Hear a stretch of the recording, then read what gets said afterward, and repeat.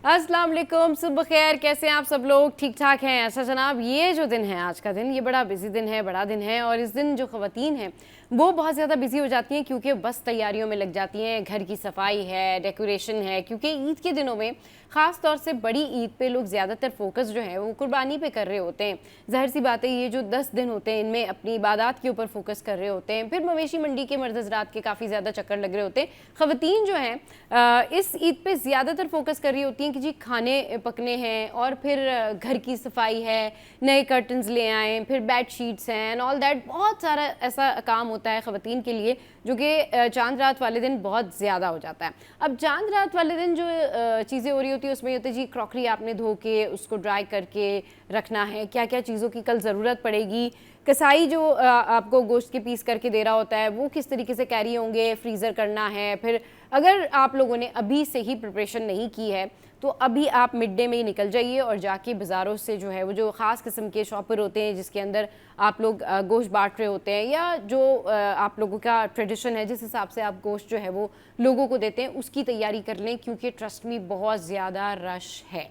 जी हाँ। अच्छा, रश कहाँ पर है? आपको बहुत सारे कपड़ों की शॉप्स पर नहीं मिलेगा, आपको इस तरह की जगहों पर नहीं मिलेगा जो फैशन प्लेसेस हैं, लेकिन आपको ग्रॉसरी की जगहों पर बहुत ज़्यादा रश मिलेगा। और स्पेशली अगर आप मगरिब के बाद जा रहे हैं तो आपको हर सुपर स्टोर, हर वो शॉप जहाँ पर ग्रॉसरी मिलती है, जहाँ पर सौदा मिलता है, वहाँ बहुत ज़्यादा रश मिलेगा। दूध की दुकानों पर आपको बहुत ज़्यादा रश मिलेगा। इसके अलावा आपको जो है इस तरह की चीज़ें जहाँ से आप अपनी वो चीज़ें लेते हैं, जैसे शॉपर है, डस्टबिन के शॉपर हैं, या फिर किचन की आपने बहुत सारी ऐसी चीज़ें लेनी है, प्लास्टिक्स हैं, बहुत सारी ऐसी चीज़ें हैं, छुरियाँ हैं, इन जगहों पर आपको बहुत ज़्यादा रश मिलेगा। तो अगर अभी तक आपने अपनी जो छुरियाँ हैं वो तेज़ नहीं करवाई हैं तो प्लीज़ करवा लें, फिर रश बढ़ जाएगा, फिर इशू होगा।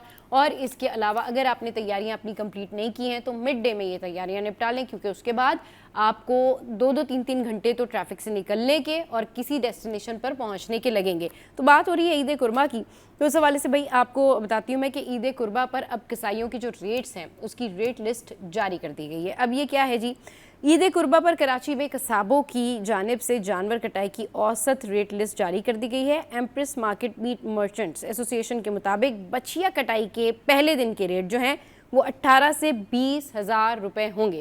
भाई जिन्होंने पहले दिन अपनी बछिया जो है वो बछिया की कुर्बानी करनी है तो 18 से 20 हज़ार कसाई के रेट्स हैं। एसोसिएशन का कहना है कि पहले दिन बकरा कटाई के रेट 4,000 रुपये होंगे, जबकि ऊँट कटाई का जो रेट है वह है 40 से 50 हज़ार रुपये। अच्छा जी, और जो ये मीट मर्चेंट्स एसोसिएशन है, ईद के दूसरे तीसरे दिन जो है कटाई रेट्स 30% तक जो है वो कम होंगे। अच्छा जी, यानी ईद के दूसरे दिन जो है वो रेट कम हो जाएंगे, फिर तीसरे दिन और कम हो जाएंगे। लेकिन कसाई जो है वो इतनी बड़ी पर्सनैलिटी बन जाता है इन दिनों में कि आपको कसाई ढूंढना मुश्किल हो जाता है, रेट तो बाद में फ़िक्स करेंगे। अच्छा जी, अब ईद उल अज़हा पर जो है अलाइशे उठाने के हवाले से भी इंतज़ामात किए गए हैं। तो एक ख़बर ये है कि ईद उल अज़हा पर अलाइशे उठाने के इंतज़ामात जो हैं वो मुकम्मल कर लिए गए हैं। कमिश्नर कराची की ज़ेर सदारत एक अहम इजलास हुआ जिसमें ये सारी डिस्कशन हुई कि भाई किस तरीके से जो है वो सिस्टम बना के सिस्टमेटिकली अलाइशे जो हैं वो उठाई जाएंगी। तो शहर भर में 97 कलेक्शन पॉइंट्स जो हैं वो बना दिए गए हैं। लैंडफुल साइट्स पर 9 खंदे की जो हैं वो भी तैयार कर ली गई हैं। घर घर अलाइशे जमा करने का प्लान भी तैयार है। रेस्क्यू 1999 पर शहरी शिकायत दर्ज करा सकेंगे। सड़कों पर अलाइशे फेंकने वालों के खिलाफ दफ़ा 144 के तहत कार्रवाई का भी फैसला किया गया है। तो आपने अपनी जो अलाइशे हैं वो इस तरह से सड़कों पर नहीं फेंकनी है। प्रॉपर जो है जब अलाइशे जमा करने वाले आते हैं उनको प्रॉपर आप हैंड ओवर कर दें। अच्छा जी, एक और ख़बर, और मोहम्मद सलाह के जो फैंस हैं वो इस हवाले से बहुत ज़्यादा एक्टिव नज़र आए, उन्होंने अपने जज्बात शेयर किए।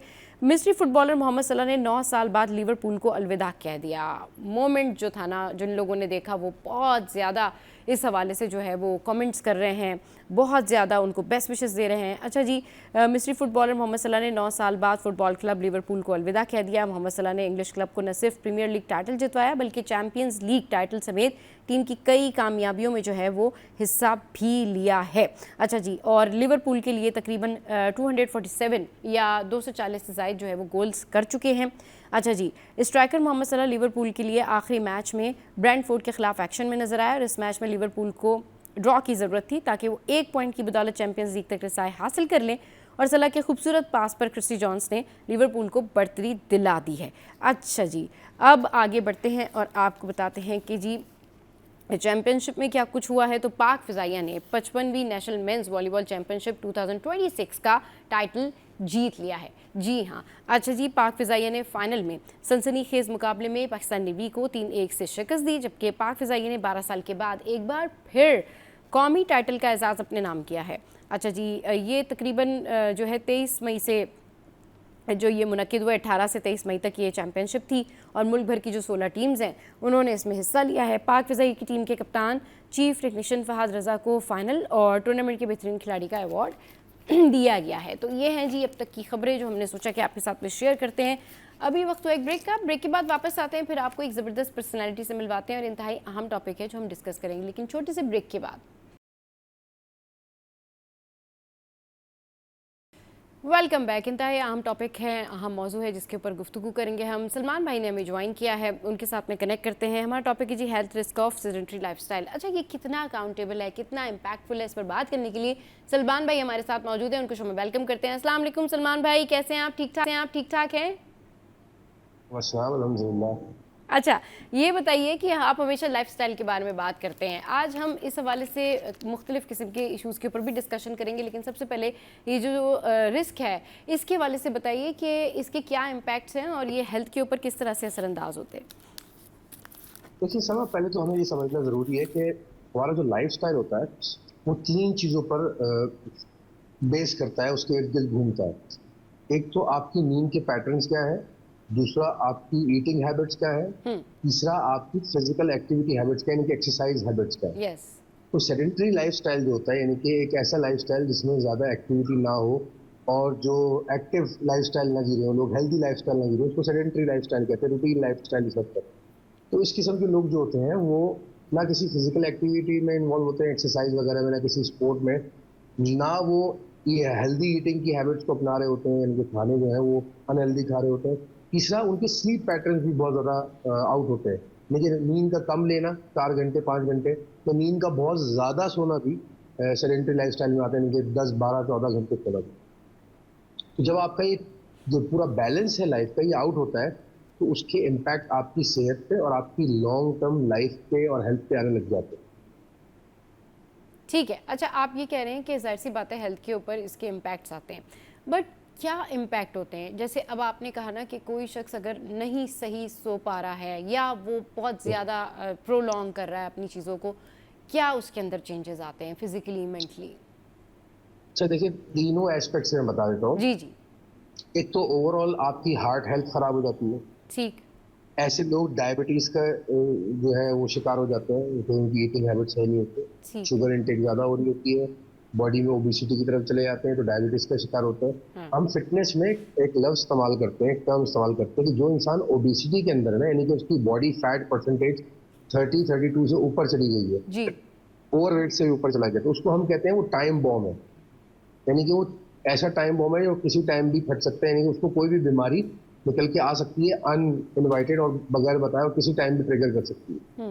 तो ऐसे इंसान को जो है वो डायबिटीज की प्रॉब्लम, हार्ट प्रॉब्लम, अगर उसकी नींद की साइकिल पूरी नहीं है, स्लीप एपनिया हो सकता है, इंसोम्निया हो सकता है, अगर उसकी जो है फिजिकल एक्टिविटी सही नहीं है तो जॉइंट की फ्रीजिंग हो सकती है, बोन्स की जो ब्रिटल हो जाना, ऑस्टियोपोरोसिस खवातीन में बहुत आम है क्योंकि वो एक्सरसाइज नहीं करती, बोन हेल्थ को नहीं देखते हम लोग, विटामिन डी की कमी, कैल्शियम की कमी, हमारी जो हड्डियां हैं वो भुरभुरी हो जाती हैं, उनके अंदर पिट होल्स बन जाते हैं। एज अ रिजल्ट ऑस्टियोपोरोसिस एक बीमारी होती है हड्डियों की, वो बहुत कॉमन हो जाती है। और जिनकी हड्डियां वीक होती हैं, ऑस्टियोपोरोसिस की तरफ होती है, तो बुढ़ापे में लेटर इन द एज उनका फ्रैक्चर होने का खतरा ज़्यादा होता है, बैकबोन डिस्क फ्रैक्चर होने का खतरा होता है, और बहुत सारे इसमें रिस्क आ जाते हैं। तो तीनों एस्पेक्ट से आपको इम्पैक्ट करती है आपकी लाइफस्टाइल। मैं हमेशा एक बात बोलता हूँ कि एक्सरसाइज करना, फिट रहना, फिटनेस करना या हेल्दी रहना, ये एक अचीवमेंट नहीं, एक लाइफस्टाइल, एक नजरिया जिंदगी है कि आप किस तरह अपनी जिंदगी गुजारना चाहते हैं, तो ये आपको डिसाइड करना होता है। सही। अच्छा, ये बताइए कि मेंटेन करने के लिए, यानी इन रिस्क फैक्टर्स को जो है वो अवॉइड करने के लिए, इनसे ये प्रॉब्लम्स जो होती हैं इसकी प्रिवेंशन के लिए किस तरह का लाइफस्टाइल रखा जाए? लाइफस्टाइल जब हम वर्ड यूज़ करते हैं ना सलमान भाई, तो बहुत सारे लोग इस हवाले से बोर फील करते हैं कि यार लाइफस्टाइल की बात तो हमेशा होती है, बट ये बताएं कि लाइफस्टाइल क्या है, मतलब अगर ये जो रिस्क फैक्टर हैं इनको कम करने के लिए, इनके प्रिवेंशन के लिए लोगों को क्या करना चाहिए। तो हम इस तरह से बात कर सकते हैं कि अपनी ज़िंदगी को खूबसूरत बनाने के लिए कौन से स्टेप्स लेने चाहिए। देखिए, एक तो ये माइंडसेट हमारे माशरे में है कि हेल्दी और फिट रहने का मतलब है आपको जिम जाना जरूरी है। हाँ नहीं, बिल्कुल, लाइफस्टाइल का मतलब है ये जिम। यस बिल्कुल ठीक जी, कह रहे हैं हम। हाँ। ये गलत अप्रोच रखी है। लाइफस्टाइल, हेल्दी लाइफस्टाइल का मतलब है हर वो एक्टिविटी जो आपको, फिजिकल एक्टिविटी जो आपको हेल्थ देती है, यानी कि जो आपकी लाइफ को, आपकी हेल्थ की साइकिल को प्रॉपर करती है, हाँ। जिसमें आपकी हार्ट बीट तेज हो रही है, जिसमें आपकी फैट बर्निंग हो रही है, जिसमें आपकी बॉडी के अंदर स्ट्रेचिंग हो रही है, जिसमें आपकी मसल बिल्डिंग हो रही है, सबसे इंपॉर्टेंट मसल बिल्डिंग है। तो हर वो एक्टिविटी या स्पोर्ट हो गया, या आपकी वॉक हो गई, या आप हाइकिंग कर सकते हैं, या आप कोई भी ऐसा स्पोर्ट खेल सकते हैं डेली या वीकली बेसिस के ऊपर। वीक में मिनिमम 2 to 3 डेज आपको एक्टिविटी करनी चाहिए। तो कोई भी एक्टिविटी जो आपको हेल्दी लाइफस्टाइल की तरफ लेके जाती है, वो इस लाइफस्टाइल का पार्ट होती है, हेल्दी एक्टिविटी का पार्ट होती है। और जिम जाना का मतलब होता है आपकी बॉडी को आप एस्थेटिकली भी बेहतर कर रहे हैं, उसके अंदर कार्डियो भी होता है। तो आपकी बॉडी की ओवरऑल हेल्थ आपको बड़ी बैलेंस तरीके से मेंटेन रखनी होती है। इसमें आपकी बॉडी के अंदर फ्लेक्सिबिलिटी भी होनी चाहिए, मसल बिल्डिंग भी होनी चाहिए, स्ट्रेंथ ट्रेनिंग भी होनी चाहिए, आपके अंदर ताकत भी होनी चाहिए। मसल जो होते हैं वो बुढ़ापे के लिए 50 की एज के बाद मसल की इंपॉर्टेंस बहुत ज़्यादा है। जितने अच्छे आपके ज़्यादा मसल्स होंगे, उतना ही ज़्यादा आप हेल्दी लाइफस्टाइल गुजारेंगे। एक रिसर्च के मुताबिक, लेटेस्ट रिसर्च हुई है कि जिस इंसान की मसल मास ज़्यादा होता है, उसकी नेचुरल जो लाइफ स्पैन होती है वो ऑटोमेटिकली बढ़ जाती है, कंपेयर टू उस शख्स को जिसका मसल मास कम होता है। सही, बिल्कुल ठीक कह रहे हैं। अच्छा ये बताएं कि की पॉइंट्स क्या हैं अपने आप को फिट और हेल्दी रखने के लिए। देखिए, लोगों के अंदर एक बहुत बड़ी गलतफहमी जो मैं देखता हूँ एज ए फिटनेस एक्सपर्ट, जब मेरे पास लोग आते हैं तो उनके माइंड में होता है कि जी फिटनेस का मतलब है फैट लॉस, बस दुबले हो जाओ, फैट लॉस कर लो तो हम फिट हैं। ये गलत है। जबकि फिटनेस का दारोमदार 3 चीजों पर है: आपकी नींद, आपकी डाइट, और आपकी फिजिकल एक्सरसाइज। अगर तीनों में से कोई भी एक चीज मिसिंग है आपकी जिंदगी में, तो आप फिटनेस की तरफ नहीं है, आप फिट इंसान नहीं है, आप फिटनेस मुकम्मल नहीं कर रहे। अगर आप बहुत अच्छी डाइट ले रहे हैं और बहुत अच्छी एक्सरसाइज कर रहे हैं, लेकिन आप सो नहीं रहे, प्रॉपर स्लीप नहीं कर रहे, तो आपकी बॉडी के अंदर रिपेयर नहीं होगी, आपकी बॉडी डैमेज होने की तरफ चली जाएगी, बॉडी डेफिशिएंसी में चली जाएगी। अगर आप बहुत अच्छी डाइट ले रहे हैं और बहुत अच्छी नींद ले रहे हैं, लेकिन एक्सरसाइज कुछ नहीं कर रहे, तब भी आपकी बॉडी हेल्दी और फिट नहीं रहेगी। आप बहुत अच्छी एक्सरसाइज कर रहे हैं, बहुत अच्छी नींद ले रहे हैं, लेकिन अच्छी डाइट नहीं ले रहे, प्रॉपर डाइट नहीं ले रहे, बैलेंस डाइट नहीं ले रहे, तब भी आपकी बॉडी डेफिशिएंसी है। तो fitness is a component, fitness is a mixture of 3 things, जैसे मैंने कहा: स्लीप, डाइट एंड एक्सरसाइज। तो अगर आप इन तीनों चीजों को बैलेंस रख सकते हैं जिस भी दर्जे के, तो आप एक फिट इंसान है। और आप अच्छा अगर इसको सलमान बैलेंस भाई, नहीं रख रहे लोगों के लिए जिम जाना भी आसान होता है समहाउ, और लोग जो हैं फिटनेस पर भी ध्यान दे लेते हैं, लेकिन जो उनके स्लीपिंग आवर्स हैं वो मेंटेन नहीं कर पाते। आपको पता है कराचीइट्स स्पेशली, मतलब जल्दी नहीं जी, सोते, फिर अगर देर से भी सो रहे हैं तो सुबह ऑफिस उठ के आना है तो जल्दी उठ कर आ गए। उस वजह से क्या होता है कि जब वो उनके अंदर एक चीज़, एक हैबिचुअल हो जाते हैं वो कि जी रात को देर से सोना, फिर सुबह जल्दी उठ के आ जाना, समहाउ वो जब तक उनके अंदर इतनी एनर्जी होती है वो चीज़ों को कैरी कर रहे होते हैं, बट एक टाइम पर जाकर, एक एज पर जाकर वो बहुत ज़्यादा लेथार्जिक हो जाते हैं, उनको बहुत ज़्यादा गुस्सा आने लग जाता है, उनसे काम नहीं होता, उनसे बहुत सारे ऐसे जो है ना वो इश्यूज़ दूसरे लोगों को भी होते हैं, क्योंकि वो नींद पूरी करके नहीं आते। और उसकी रीज़न ये होती है कि वो रूटीन बनाना भी चाहें तो उनकी रूटीन नहीं बन पाती। तो अगर किसी की रूटीन नहीं बन पा रही है, उसके स्लीपिंग आवर्स को ठीक करने के लिए, कोई रात को जल्दी नहीं सो पा रहा है और सुबह भी उसके उठ के जल्दी जाना है, तो क्या करें उसके लिए? कोई कोई ऐसी कोई एक्सरसाइज है देखिए या कोई ऐसी कोई देखिए मेडिटेशन है तो शेयर कीजिए ज़रूर। बिल्कुल है, ऐसी एक्सरसाइज भी, ऐसी मेडिकेशन भी है। हाँ। एक्सरसाइज का नाम है अपने आप को ऑर्गेनाइज करना, और हाँ, मेडिकेशन का नाम है मेडिकेशन का नाम है गौर व फिक्र। गौर व फिक्र, बिल्कुल। आपकी हाँ। जिंदगी में आपकी प्रायोरिटीज आप खुद सेट करते हो। देखिए, सही। मैं भी इसी माजरे का हिस्सा हूँ, हाँ। और ये प्रॉब्लम मैं भी फेस करता हूँ कि नींद कभी कभी पूरी नहीं होती, कमिटमेंट होते हैं। बट आपको अपने आप को पुश करना होता है, ऑर्गेनाइज करना होता है, और अपनी प्रायोरिटीज को सेट करना होता है। सही। आप जब आप ही नहीं रहेंगे कुछ सालों बाद, तो फिर आप क्या वो एक्टिविटी करेंगे जिनकी वजह से आप एक्स्ट्रा जाग रहे हैं, नींद पूरी नहीं कर रहे। हाँ। तो आप अगर सेहतमंद हैं तो जान है तो जहान है, ये हमने जुमला सुना है सबने, मुहावरा। जी जी तो बिल्कुल। आप हैं, हाँ। आप हेल्दी हैं तो दोस्तों को भी एंजॉय करेंगे, फैमिली को भी एंजॉय करेंगे, घूमना फिरना भी एंजॉय करेंगे। लेकिन आप अगर स्लीप डेप्रिवेशन का शिकार हैं, तो आपको इंसोम्निया, आपको हाँ। स्लीप पैरालिसिस की प्रॉब्लम आना शुरू हो जाती है, फिर आपकी कॉग्निटिव थिंकिंग यानी कि जहन की सलाहियत सोचने की और डिसीजन लेने की, वो बहुत ज्यादा इम्पैक्ट होती है अगर आपकी नींद पूरी नहीं होती तो, आप फ्रेश नहीं होते। हाँ और 40 की एज के बाद खासकर लोगों को बहुत ज्यादा ये चीज डिस्टर्ब करने लगती है नींद। आपकी आउटपुट फिजिकल हेल्थ जो स्ट्रेंथ होती है वो 100% नहीं रहती अगर आपकी नींद पूरी नहीं हो। तो इसमें कोई शक नहीं कि ये सारे मसाइल हैं जो आपने अर्ज किए, लेकिन इसका हल और इसकी जो मेडिकेशन वो यही है कि आपको अपनी जिंदगी को ऑर्गेनाइज करना पड़ेगा, अपनी प्रायोरिटीज को सेट करना पड़ेगा कि मुझे कहाँ जाना है, कहाँ नहीं जाना, और मुझे इतने बजे सो जाना है एट एनी कॉस्ट। चले वीक में, महीने में एक आध दिन ठीक है गुजरते हैं, वो आप कवर अप कर सकते हो, लेकिन आपको एक अगर आपकी डेली रूटीन बनी है कि आप रात को 3 बजे सो रहे हैं और सुबह 8 बजे उठ के ऑफिस जाना है, हाँ और आप ड्रैग कर रहे हैं अपने आप को, तो ये तो आपका लाइफ स्टाइल हो गया ना। हाँ तो ये तो इंसिडेंटल नहीं हुआ। तो ये आपको तय करना है कि मेरा लाइफस्टाइल क्या ऐसा हो गया है कि मैं नींद पूरी करता ही नहीं हूँ, डाइट पूरी प्रॉपर अच्छा करता नहीं सलमान हूँ, भाई, एक्सरसाइज। क्योंकि आप स्पिरिचुअली भी बहुत अच्छी जो है वो बात करते हैं, लोगों को स्पिरिचुअली तौर पर भी बहुत सारी चीज़ें बता रहे होते हैं, या अपने तजर्बे के लिहाज से भी आपकी इस मामले में एक्सपर्टीज़ हैं। जो लोग मेंटली डिस्टर्ब होते हैं और वो ये सोच रहे होते हैं कि जी उनके बैकग्राउंड पे काफ़ी सारी मुसीबतें हैं, या उनको जो है वो कोई प्रॉब्लम सॉल्व करना है अपनी पर्सनल लाइफ में, या उनके पर्सनल लाइफ में बहुत सारे इश्यूज़ हैं, तो वो काम को सेकेंडरी क्यों रख देते हैं? वो ये क्यों नहीं सोचते कि काम पर उनको हैप्पी गो लकी होना चाहिए, काम पे आके उनको खुश मिजाज होना चाहिए, ताकि जब वो काम करते हैं तो उसी काम की बदौलत उनकी बाकी सारी प्रॉब्लम्स भी सॉल्व होती हैं। लेकिन वो एक प्रॉब्लम को दूसरे प्रॉब्लम से कनेक्ट करते हैं और डिटैच नहीं कर पाते अपने आप को किसी भी जगह पर। अगर वो शॉपिंग करने जा रहे हैं तो वो स्ट्रेस में कि हम तो महंगा ले सकते थे, लेकिन देखो हमारे पास तो जो है ना वो इतने ही रुपए हैं, तो हम तो कम खरीदेंगे। मतलब वो हर जगह आपको सैड, नाराज, इनोइंग मिलेंगे, just because of that poor habits, poor lifestyle in that sense कि वो खा पी सही नहीं रहे हैं टाइम पे, जो कुछ भी अल्लाह पाक ने दिया है सब्र शुक्र करके नहीं खा रहे हैं, या फिर वो नहीं सो रहे हैं, या फिर वो हर वक्त कंप्लेनिंग है। ऐसे लोगों की ज़िंदगी जो है न सिर्फ खुद वो अजाब करते बल्कि बाकियों की ज़िंदगी भी इस हवाले से अजाब हो जाती है। जी देखिए देखिए सभा, यह बड़ी खूबसूरत आपने बात की। मैं हाँ थोड़ा सा एक फलसफा बयान करूं कि जी जी ये इस चीज का ताल्लुक जो है ना, जैसे आपने कहा कि वो किस मिजाज से जिंदगी गुजार रहा है इंसान, हाँ इसका ताल्लुक है कि आपका नजरिया जिंदगी क्या है, यानी कि what do you think of life. हाँ आप जिंदगी को कैसे समझते हो?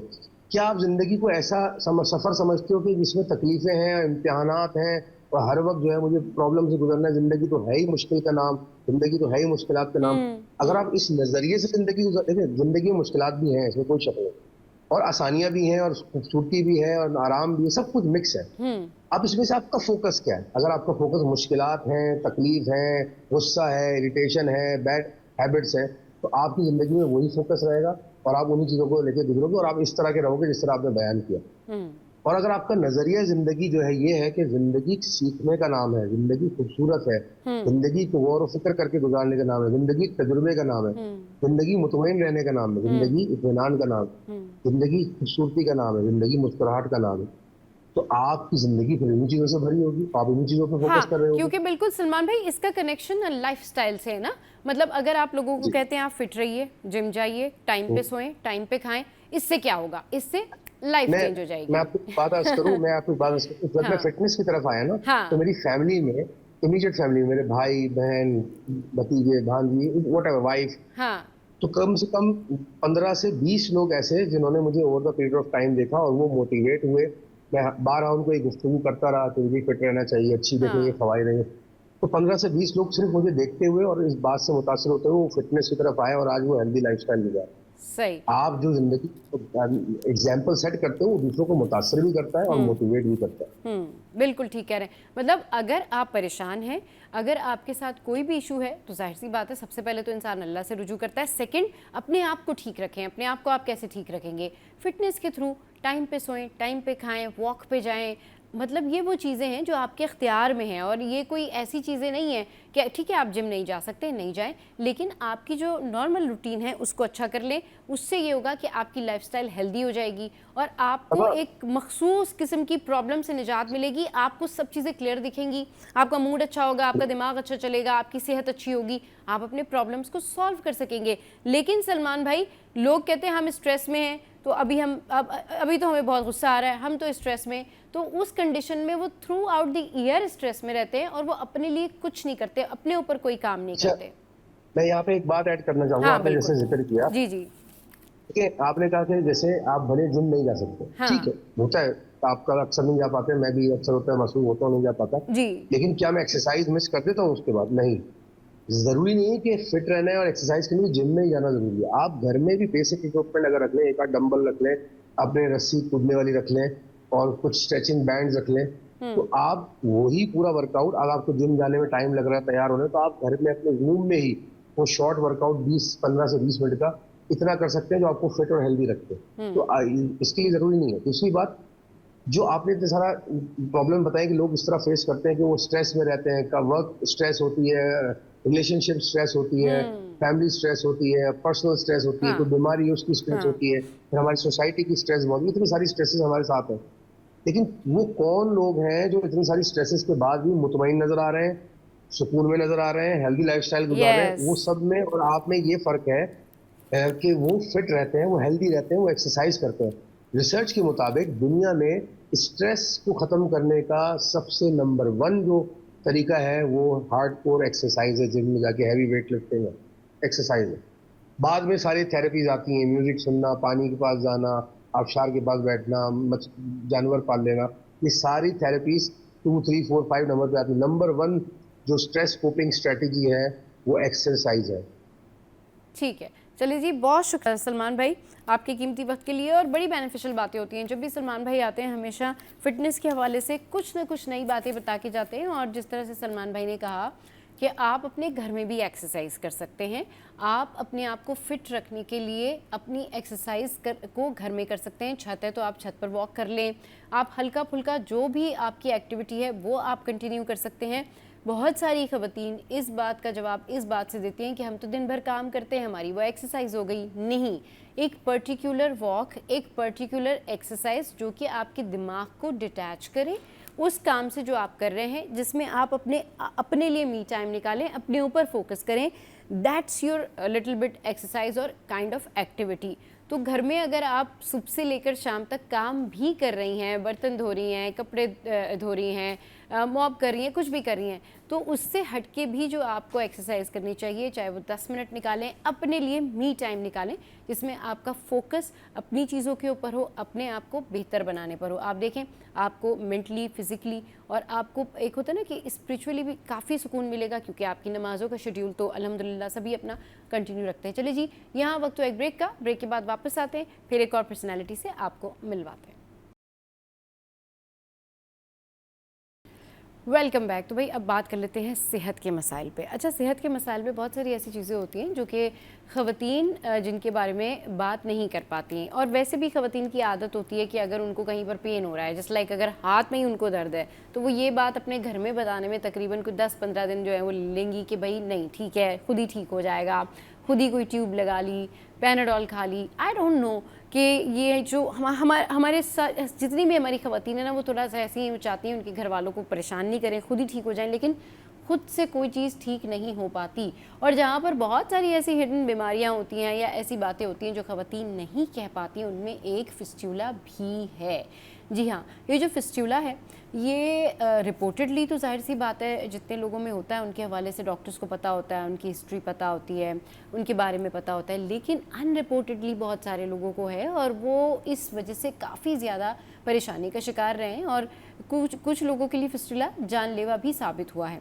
फिस्टूला क्या है, ये कैसे होता है, ख़वातीन इस बारे में क्यों बात नहीं कर पाती हैं, इस पर बात करने के लिए जो है वो हमारे साथ डॉक्टर आयशा याकूब यहाँ पर मौजूद हैं। और यहाँ पर जो है वो डॉक्टर आयशा मुश्ताक हमारे साथ मौजूद है, गायनेकोलॉजिस्ट हैं और पाकिस्तान यूरो गायनेकोलॉजिस्ट एसोसिएशन से भी इनका ताल्लुक है, सैयद हॉस्पिटल से भी आपका ताल्लुक है। तो वेलकम करते हैं डॉक्टर आयशा मुश्ताक को। अस्सलाम वालेकुम मैम, कैसी हैं आप? वालेकुम सलाम, ठीक ठाक हैं? ये बताएं कि ये दिन जो है वो वर्किंग वुमेन भी है, आप साथ साथ ईद भी है, तैयारियां कैसी जा रही हैं? अच्छी जा रही हैं? अल्लाह का शुक्र है, तैयारियां तो सही जा रही हैं। ठीक है, तैयारियां सही जा रही हैं। डॉक्टर्स का स्केड्यूल जो होता है वो थोड़ा सा बिजी होता है, इसलिए डॉक्टर्स जो है ना वो साथ साथ घर के काम भी देख रहे होते हैं और तैयारियां भी कर रहे होते हैं। मैम, फिस्टूला, फिस्टूला क्या है, ये किन लोगों को होता है और ख़वातीन इस बारे में बात नहीं कर पाती हैं या बता नहीं पाती हैं, उसके बारे में बाद में बात करेंगे, लेकिन पहले आप बताएं कि ये क्या है, कैसे होता है, किन लोगों में? Thank you very much Saba. Fistula की आपने बात की है, एक बहुत अहम टॉपिक है फिस्टूला। और जैसा कि हम जानते हैं कि हर साल जो है वो 23 मई को इसका एक इंटरनेशनल फिस्टुला डे भी जो है वो मनाया जाता है, ताकि आम लोगों में इसके बारे में कोई आगाही हो सके, अवेयरनेस हो, और इससे कैसे बचा जा सकता है, हमारी ख़वातीन को, लोगों को इस बारे में पता चल सके। आपने बात की है कि फिस्टुला क्या है। बेसिकली फिस्टुला तो होता है कि दो कोई भी जो कैविटीज़ होती हैं उसके दरमियान जो कम्युनिकेशन या गैप होता है उसे हम फिस्टुला कहते हैं। लेकिन अगर हम ख़वातीन की बात करें तो उसमें एक ऑब्स्टेट्रिक फिस्टुला होता है। उसमें क्या होता है कि जो हमारी बर्थ कैनाल होती है और ब्लैडर है, मसाना, उसके दरमियान एक ओपनिंग या सुराख बन जाता है, जिसके ज़रिए या तो मुसलसल जो है ना वो उनका यूरिन लीक हो रहा होता है या फिर जो मुसलसल पखाना लीक हो रहा होता है। हाँ, वो अनकंट्रोलेबल हो जाता है ना। बिल्कुल। हाँ, सही। अच्छा, ये तो आपने बता दिया कि ये सिचुएशन होती है। ये सिचुएशन किस वजह से होती है कि उनको इतनी ज़्यादा वीकनेस आ जाए या वो उनको रियलाइज़ ही नहीं हो कि व्हाट्स हैपनिंग विद देम, तो ये क्यों होता है, ये बताइए। फिस्टुला के बहुत सारी रीज़न्स होती हैं सबा, लेकिन जो सबसे ज़्यादा मेन रीज़न है ख़वातीन के अंदर वो होता है कि अगर उनमें ड्यूरिंग लेबर या ज़चगी के दौरान अगर बहुत प्रोलॉन्ग टाइम तक उनको लेबर दिया जाए, जिन पेशेंट्स में जो नॉर्मल डिलीवरी पॉसिबल नहीं होती या बहुत मुश्किल होता है जिनमें, और उनमें हम बहुत प्रोलॉन्ग लेबर देते हैं फॉर मोर देन 24 आवर्स, तो उनमें क्या होता है कि जो वो बेबी होता है या फीटस होता है वो नीचे स्टक हो जाता है, वहाँ पर नीचे टिश्यू नेक्रोसिस हो जाती है, स्लफ ऑफ होना शुरू हो जाते हैं टिश्यूज़, जिसकी वजह से वो ओपनिंग या सुराख बन जाता है। बेसिक रीज़न इसका यही है औरत के अंदर, ठीक है। लेकिन इसकी मल्टीपल रीजंस हो सकती हैं, जैसे अगर किसी को कोई कैंसर है, गॉड फॉरबिड, अगर सर्वाइकल कैंसर है, बच्चेदानी के मुंह का कैंसर हो गया है, या कोई हम रेडिएशन देते हैं, या आंतों का कैंसर भी है, तो उसमें भी ये चीज़ हो सकती है। ब्लैडर का कैंसर हो गया, खुदा ना खास्ता, उनमें हो सकता है। किसी को टीबी की बीमारी हो गई है, अनट्रीटेड है, अनडायग्नोस्ड है, और वो बहुत लंबे अरसे तक चली है, उनमें भी ये फिस्टुला बन सकते हैं। ये तो हो गई वो कॉजेज़ जिनमें जो फिस्टुला डेवलप होता है। अच्छा, कुछ केसेस ऐसे भी होते हैं जहाँ पर अगर सही से सर्जरी ना की जाए, ठीक है, अगर बहुत सारे हमारे पास अनस्किल्ड डॉक्टर्स होते हैं या कॉम्प्लिकेटेड केसेस आते हैं, जैसे अगर मैंने बात की कोई कैंसर के केसेस आ गए या फिर क्रॉनिक इन्फेक्शंस हो गए हमारे पेल्विस में, ठीक है, उनमें डिफ़िकल्ट सर्जरीज़ होती हैं, बहुत बड़े बड़े ओवेरियन सिस्ट बन जाती हैं, ट्यूमर्स बन जाते हैं, उनमें डिफ़िकल्ट सर्जरीज़ होती हैं, उनमें भी हमें पता नहीं चलता कि ओपनिंग बन जाती है ड्यूरिंग सर्जिकल प्रोसीजर्स, ठीक है, या फिर अनस्किल्ड हो तो उनमें भी ये चीज़ हो जाती है। सही। अच्छा, ये तो आपने फिस्टुला के बारे में डिटेल में बताया। अब ये बताएं, फिस्टुला के जो पेशेंट्स आपके पास आते हैं उनकी कॉमन कंप्लेंट्स क्या होती हैं, ताकि हम ये लोगों को बता सकें कि ये कॉमन इन लोगों में होता है। बिल्कुल, देखें, फिस्टुला के पेशेंट जब हमारे पास आते हैं ना, तो उनका जो मोस्ट कॉमन जो कंडीशन होती है वो ये होती है कि कंटिन्यूसली उनकी जो यूरिनरी लीकेज या ड्रिबलिंग होती रहती है अनकंट्रोल्ड, ठीक है। उसमें उन पेशेंट को कोई ऐसी अर्ज ही फील नहीं होती कि उनको यूरिन पास करना है, बिकॉज कि उनका यूरिन तो कंटिन्यूसली लीक हो ही रहा है ना, तो उनको पता नहीं चल रहा है कि मुझे यूरिन पास करने की नीड है या नहीं है। अच्छा, दूसरा सेंसेशन ही नहीं है ना, सेंसेशन ही नहीं है, उनका कंटिन्यूसली यूरिन बह रहा होता है। और हमारी सोसाइटी का ये अलमिया है सबा कि यहाँ पर अगर किसी पेशेंट को ये बीमारी लाहक हो जाए तो बहुत सारे लोग उसको अपने आप से दूर भगा देते हैं, क्योंकि वो कहते हैं कि गॉड फॉरबिड के ये तो जो ना वो आपको अल्लाह की तरफ से जो वो खुदा ना खास्ता एक सज़ा मिली हुई है, ठीक है, या उस औरत को जो वो नापाकी का एहसास भी रहता है और दूसरे लोग उसको अपने पास नहीं आने देते कि ये तो नापाक है, जबकि इसका एक तो फिजिकली वो इतने प्रॉब्लम में है, फिर उसको मेंटली भी इतना ही प्रॉब्लम में और इसकी जो मेन रीज़न है ना, जैसे मैंने आपसे बात की, जो मैंने आपको मेडिकल कॉजेज़ बताई हैं, उसमें तो फिस्टुला होता ही है, लेकिन इसके और भी जो रिस्क फैक्टर्स हैं, जैसे हमारे यहाँ बहुत अर्ली मैरिजेस हो जाती हैं, लड़कियां हैं 18 साल से कम हैं, उनकी शादियां हो जाती हैं, ठीक है, उनका जो पेल्विस होता है, जो लिगामेंट्स और मसल्स होते हैं, वो डेवलप ही नहीं होते इस चीज़ के लिए कि वो एक बर्थ के फेस को जो है वो फेस कर सके। तो अगर अर्ली मैरिजेस हो जाती हैं, उन पेशेंट्स में ये बहुत कॉमन होता है। इलिटरेसी हो, मेल नरिश्ड वुमेन हैं, ठीक है, पॉवर्टी है, उनमें ये चीज़ें बहुत ज़्यादा होती हैं।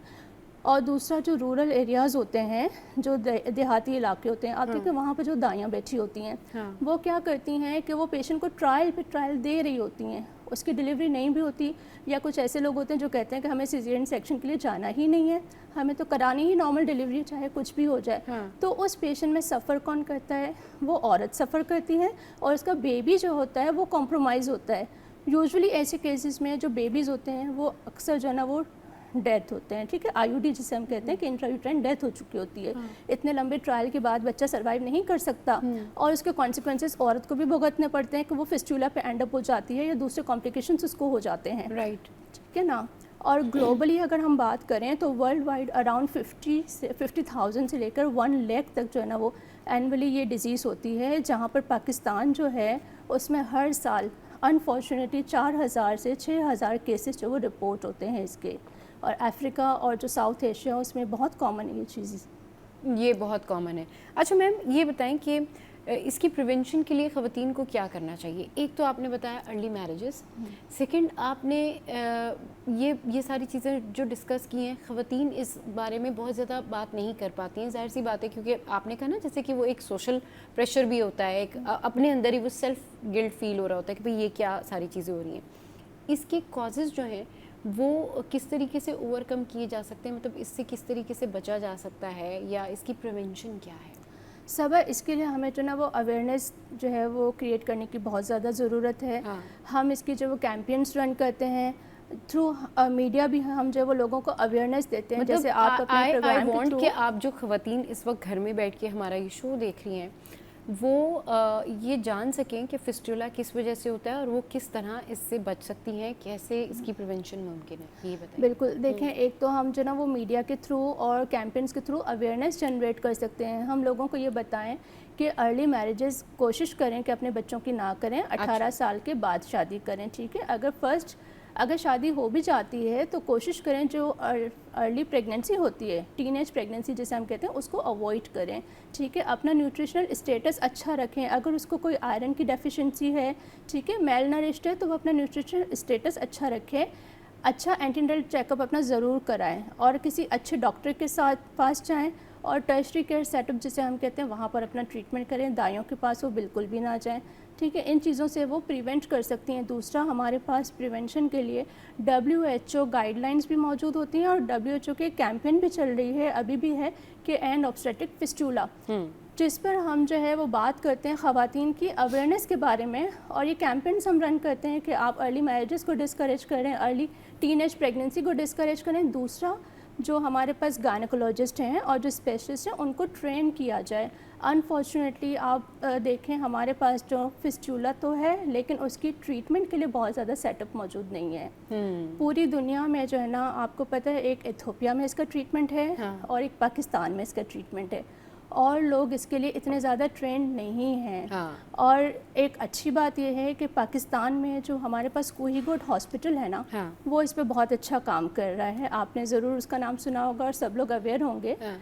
तो कोहिगोड हॉस्पिटल में फिस्टुला का ट्रीटमेंट मौजूद है और फॉर्चुनेटली WHO का ये रीजनल सेंटर बन गया है पाकिस्तान के अंदर। अच्छा जी, और रीजनल सेंटर का क्या मतलब है? इसका ये मतलब है कि पूरी दुनिया से जो स्पेशलिस्ट हैं, जो गायनेकोलॉजिस्ट हैं या जो डॉक्टर्स हैं, वो यहाँ पर आ सकते हैं, यहाँ पर ट्रेनिंग ले सकते हैं। 1 और 2 हफ्ते की ट्रेनिंग होती है। वो देखते हैं कि यहाँ पर फिस्टुला को कैसे रिपेयर किया जाता है, सही। कैसे पेशेंट को ट्रीट करते हैं, वो सीख के और फिर वो अपनी जगह पे जाके अपने लोगों को ट्रीट कर सकते हैं। ट्रीट कर सकते हैं, ये दैट्स समथिंग ग्रेट। अच्छा, जिस तरह से हम ख़वातीन की सेहत के हवाले से बात कर रहे हैं, फिस्टुला से कैसे बचा जाए इस हवाले से बात कर रहे हैं, ये बताएं इस तरह के जो प्रॉब्लम्स आते हैं, ये तो आपने जनरल सोसाइटी के कॉजेज़ बता दी ना कि भाई अर्ली मैरिज नहीं करें, या फिर वो जो दाइयों के पास जाती हैं उस तरह से ना जाएं, मतलब ख्याल रखें अपनी सेहत का, और इसमें आपको एहतियात भी बहुत ज़्यादा करनी है। अच्छा, अब ये बताएं कि किस तरह से खातून अपनी लाइफ में मल्टीविटामिन्स और बहुत सारी ऐसी फूड इनटेक है जो कि आम तौर पर रोज़ाना वो खा सकती हैं, जिसकी वजह से उनके अंदर क़ुव्वत आए, क़ुव्वत मुदाफ़ियत बढ़े। होता है ना, इम्यूनिटी कम होने की वजह से भी बहुत सारे इश्यूज़ हो रहे होते हैं। आपको बार बार जो है गम्स में सेप्सिस हो रहा होता है, आपको दीगर फिज़िकल प्रॉब्लम हो रही होती है। तो यूजुअली फिर आप ऐसी दवाइयाँ या ऐसी मेडिसिन या फिर ऐसी बहुत सारी हैवी चीज़ें नहीं करते हैं। अगर आप खा सकते हैं और मल्टीविटामिन खाने से, नॉर्मल फूड इनटेक लेने से, अगर आपके बॉडी के अंदर क़ुव्वत मुदाफ़ियत पॉजिटिव हो जाती है, पैदा होती है, तो वो कौन कौन से फूड हैं वो बताइए। जी, देखिए हमारे यहाँ जो सबसे ज़्यादा डेफिशिएंसी पाई जाती है ना ख़वातीन में, वो आयरन डेफिशिएंसी है। आयरन की बहुत ज़्यादा कमी है हमारे यहाँ पर। जो बीइंग अ गायनेकोलॉजिस्ट हम पेशेंट को एडवाइस कर रहे होते हैं, वो आयरन और कैल्शियम सप्लीमेंट्स हम ज़रूर देते हैं पेशेंट्स को, चाहे वो अपनी प्रेगनेंसी में आए, एंटीनेटल हो, चाहे वो पोस्टपार्टम हो, मतलब डिलीवरी के बाद हो, ठीक है। वो बहुत इंपॉर्टेंट होता है, क्योंकि आयरन डेफिशिएंसी एनीमिया बहुत कॉमन है, ठीक है। दूसरा, हमारे यहाँ जो है वो ख़वातीन मीट इतना ज़्यादा नहीं ले पाती हैं बिकॉज ऑफ पॉवर्टी, क्योंकि इतने ज़्यादा जो है ना वो गुर्बत इतनी ज़्यादा है कि लोग अफोर्ड नहीं कर पाते हैं, ठीक है। और ख़वातीन कोशिश करती हैं कि अपने बच्चों को पहले दे दें या अपने घर के जो जेंट्स होते हैं उनको पहले दे दें, तो वो अपने आप को नहीं देख पाती हैं। तो ऐसे में हम उनको मल्टीविटामिन सजेस्ट तो करते हैं, लेकिन कुछ लोग ले पाते हैं, कुछ नहीं ले पाते हैं ऑब्वियसली। तो ऐसी सूरत में उनको चाहिए कि अगर गोश्त वो किसी तरह से ले पाएँ, हफ्ते में एक बार ज़रूर वो ले लें, ठीक है, ताकि उनकी जो वो डेफिशिएंसी पूरी हो सके। इसके अलावा आप देखें जो सब्जियां आती हैं वो तो ठीक है, सस्ती हैं, इतनी ज़्यादा महंगी नहीं है। उसमें आप स्पिनच या पालक जिसे कहते हैं वो ले सकते हैं। जो ग्रीन लीफी वेजिटेबल्स होती हैं ना, वो बहुत अच्छी होती हैं। खजूर है, रोज़ाना की 1 या 2 खजूर ज़रूर ले लें। एप्पल है, वो ले लें ताकि उनका न्यूट्रिशनल स्टेटस अच्छा रहे। मिल्क ले सकें तो वो ज़रूर मिल्क लें, अपने डाइट में ऐड करें। सही। चले जी, इस हवाले से मज़ीद भी डिस्कशन करेंगे। एक ब्रेक है, ब्रेक के बाद वापस आते हैं, फिर डॉक्टर आयशा से मज़ीद बातें करेंगे। Welcome back. फिस्टुला के बारे में हम बात कर रहे हैं और ख़वातीन जो है उनके कई ऐसे मसाइल होते हैं जो कि वो कहती भी नहीं है और जब कहती हैं तो शायद बहुत देर हो जाती है। अच्छा, इससे पहले कि मैं ख़वातीन के हवाले से मज़ीद बात करूँ, आप फिस्टुला के हवाले से कुछ ऐड ऑन करना चाहती हूँ तो ज़रूर कीजिए डॉक्टर आयशा। जी सबा, फिस्टुला के लिए देखिए मैं ये कहना चाहूँगी कि हमने इसकी कॉजेज़ तो डिस्कस कर ली, रिस्क फैक्टर्स भी किए हैं, और आपने मुझसे पूछा था कि ख़वातीन किस मसले के साथ आ सकती हैं, जिस पे मैंने आपको बताया था कि एक तो उनका कंटिन्यूसली जो वो यूरिन लीक होता है।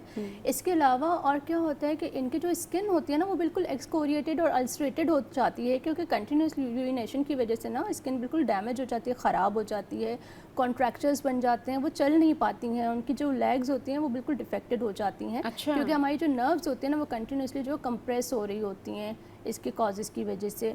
और दूसरा जो मेन रीज़न है ना, टांगों पर भी हो रहा होता है। बिल्कुल सही। और जो मेन इसका एक इम्पैक्ट होता है ना, वो सोशली जो है ना वो पेशेंट बिल्कुल आइसोलेटेड हो जाती हैं, साइकोलॉजिकल डिप्रेशन में चली जाती हैं। ये बहुत बड़ा जो हमारे यहाँ डिलेमा है। हाँ। कि पेशेंट जो ना देखें उनको या तो डिवोर्स दे दी जाती है, बिल्कुल सेपरेटेड हो जाती हैं ख़वातीन, उनका सोर्स ऑफ इनकम ख़त्म हो जाता है। तो इसीलिए इसके लिए जो है ना वो अवेयरनेस, प्रिवेंशन और ट्रीटमेंट बहुत ज़्यादा ज़रूरी है। और मैं हमारे डॉक्टर्स के लिए भी एक जो है वो मशवरा ज़रूर देना चाहूँगी कि अगर कोई ऐसे आपके पास पेशेंट्स आ जाते हैं, ठीक है, आप ड्यूरिंग लेबर उनका एक अच्छा सा, हमारे पास एक पार्टोग्राफ होता है, WHO ने जो दिया है लेबर केयर गाइड, हम उसे मेंटेन करते हैं ताकि आप पेशेंट को असेस कर सकें, उसके रिस्क फैक्टर्स को असेस कर सकें कि किन पेशेंट को हमें फ़र्दर ट्रायल देना है या नहीं देना है, ठीक है। आपको अगर सिजेरियन की नीड है, आप पेशेंट को इमीडिएटली सिजेरियन के लिए आप प्रोसीड कर लें ताकि आप उसको फर्दर उसके कॉन्सिक्वेंसेस से बचा सकें। दूसरा, अगर कहीं पर अनस्किल्ड बर्थ अटेंडेंट हैं, आप उनकी ट्रेनिंग कीजिए ज़रूर। और अगर आपको लगता है कि पेशेंट जो है वो कॉम्प्लिकेशंस डेवलप कर रही है, फिस्टुला डेवलप होने के चांसेस हैं, आप उसे अर्ली रेफ़र कर दीजिए ऐसे सेंटर में या ऐसे सेटअप में जहाँ पर इसका या तो ट्रीटमेंट मौजूद है या टर्शरी केयर सेटअप्स हैं। दूसरा, हमारी जो यंग डॉक्टर्स हैं उनको मैं ये ज़रूर कहना चाहूँगी कि अगर ये प्रॉब्लम क्रिएट हो जाए, ठीक है, अगर हो भी जाए, आप इमीडिएटली पेशेंट को कैथेटराइज कर दीजिए, ठीक है। कैथेटराइज क्या होता है कि आप पेशेंट के जो है वो यूरिन की नलकी पास कर देते हैं, ठीक है। जब हम पेशेंट को कैथेटराइज करते हैं ना तो ब्लैडर उसके भी बहुत सारे साइड इफेक्ट्स हैं, खैर उसके ऊपर हम बाद में लेकिन जब हम उसको कैथेटराइज करते हैं, जब हम कैथेटराइज करेंगे तो यूरिन जो होता है वो कंटिन्यूसली उस नलकी के थ्रू बह रहा होता है, ब्लैडर फिलअप नहीं होता, क्योंकि जो एम्प्टी ब्लैडर होता है ना वो लेस लाइकली ट्रॉमेटाइज होगा। और आप जब अर्ली पेशेंट को उसके साथ रेफ़र कर देंगे, उसकी जो अर्ली रिपेयर होगी ना, फिस्टुला का जो अर्ली रिपेयर होता है उसके 90% चांसेस होते हैं कि पेशेंट ट्रीट हो जाए, सरवाइव कर ले, ठीक है। जैसे जैसे पेशेंट जो वो डिलेड रिपेयर के साथ जाएगी या मल्टीपल ट्रीटमेंट्स उसके ऊपर होती जाएंगी ना तो उसकी स्कारिंग हो जाती है और पेशेंट के जो ना वो फेलियर रेट ज़्यादा बढ़ जाते हैं फिस्टुला के रिपेयर के, ठीक है, और ट्रीटमेंट के सक्सेसफुल होने के चांसेस कम हो जाते हैं। तो ये मैं हमारे डॉक्टर्स को भी ज़रूर एक मशवरा देना चाहूँगी, ठीक है। मतलब चलिए जी, न सिर्फ लोगों को, वीवर्स को, बल्कि डॉक्टर आयशा ने जो दूसरे डॉक्टर्स हैं उनको भी बहुत अच्छी एडवाइस की है। अच्छा, यही कहते हैं ना कि अगर डॉक्टर आपका अच्छा है और वो हर एक्सपेक्ट से आपको देख रहा है, आपका मेडिकली एग्जामिन कर रहा है, तो फिर आपको आपकी आधी फिक्रें जो है वो वैसे ही ख़त्म हो जाती हैं। अच्छा, अब क्योंकि हम ख़वातीन के वाले से बात कर रहे हैं, बहुत सारी माएँ जो हैं वो बड़ा परेशान होती हैं। आपने देखा होगा, कहती हैं भाई उनकी बेटियाँ खाती पीती नहीं हैं, या उनकी खुराक इतनी अच्छी नहीं है, डाइट इतनी अच्छी नहीं है। फिर शादियाँ हो जाती हैं, और जब शादियाँ हो जाती हैं तो उसके बाद ससुराल वाले ही कहते हैं जी देखिए हमने तो डॉक्टर को दिखाया, डॉक्टर ने बताया इनमें इस चीज़ की कमी है, इस चीज़ की कमी है। और बहुत सारी कमियां जो हैं वो ऐसा लगता है पता नहीं ज़िंदगी में शायद सारी कमियां उसी खातून के अंदर है, हालांकि ऐसा होता नहीं है। उसकी रीज़न ये होती है कि क्यों किसी को मौका दें, शादी से पहले क्यों ना अच्छे से रहें और अच्छे मल्टीविटामिन खाएं, ताकि आपके ससुराल वाले आपको ताने ना दे सके। क्या करना चाहिए जी लड़कियों को शादी से पहले, और कौन कौन से मल्टीविटामिन और डाइट जो है वो खानी चाहिए, फूड्स जो है वो लेने चाहिए, कैसी फूड इनटेक होनी चाहिए? सबा, इस पे तो हम पहले भी बहुत ज़्यादा जो है वो डिबेट और डिस्कशंस कर चुके हैं, लेकिन बात ये है कि ये तो वाकई जो है ना एक बहुत बड़ा कॉमन प्रॉब्लम है। हाँ। कि आजकल जो लड़कियां हैं ना वो सही से खुराक नहीं लेती हैं, और हमने पहले भी यही बात कही थी कि जो जनरेशन है ना वो जंक फूड ज़्यादा ले रही होती है आजकल। हाँ। क्योंकि आप देखें कि जो जंक फूड्स हैं वो ज़्यादा इस्तेमाल होते हैं, जो एनर्जी ड्रिंक्स की फॉर्म में लेती हैं चीज़ें, वो उनके लिए बिल्कुल यूज़लेस होती हैं। वो उनको ये नहीं समझ आती है कि उस फॉर्म में वो क्या बाय कर रही होती हैं। ठीक है, वो एनर्जी ड्रिंक्स नहीं होती है, बेसिकली वो अपने अंदर एक डिजीज़ ले रही होती हैं। राइट, ठीक है। आजकल जो है वो पॉलीसिस्टिक ओवेरियन सिंड्रोम, जिसका नाम अब चेंज हो गया, पीमोस हो गया, ठीक है, पॉलीएंडोक्राइन जो मेटाबॉलिक सिंड्रोम हो गया, उसके बारे में आप देखें तो वो डिजीज़ जो है ना वो ज़्यादा हो गई हैं। ठीक है, वो इन्हीं की वजह से होती है कि ख़वातीन जो है ना, या स्पेशली जो यंग जनरेशन है, वो न्यूट्रिशनल स्टेटस अपना अच्छा नहीं रखती हैं, हेल्दी डाइट नहीं लेती हैं, जो चिकन है उसका इस्तेमाल ज़्यादा करती हैं, कोल्ड ड्रिंक्स और ये लेती हैं। तो मैं उनको ये एडवाइस देती हूँ या ये कहती हूँ कि, और दूसरा वो ओवरवेट और ओबेसिटी के साथ आती हैं। जो ओबेसिटी होती है ना वो अच्छी चीज़ नहीं होती है, उसमें आपकी सिर्फ ओबेसिटी होती है, और पेशेंट जो वो कार्डियोवैस्कुलर डिजीज़ के साथ, किडनी डिजीज़ के साथ, इन चीज़ों के साथ आती हैं। हाँ। वो हेल्दी नहीं होती हैं। ठीक है, तो एक तो न्यूट्रिशनल सप्लीमेंट्स अपने जो है ना वो डेली बेसिस पे ज़रूर लें। आयरन, कैल्शियम, मल्टीविटामिन्स वो ज़रूर रखें अपनी डाइट में। ठीक है, जो आइनोसिटोल्स आते हैं आजकल वो भी अच्छा काम कर रहे होते हैं। आपकी ओवरी के ऊपर भी बहुत अच्छा उनका इम्पैक्ट होता है, और रिप्रोडक्टिव हेल्थ के ऊपर भी। आइनोसिटोल सैशे हम ज़रूर पेशेंट्स को जो वो चाहे सैशे फॉर्म में हो या टैबलेट्स में वो हम देते हैं। ठीक है, दूसरा जो है वो आप कोशिश करें कि जो है ना वो जंक फूड्स को अवॉइड करें।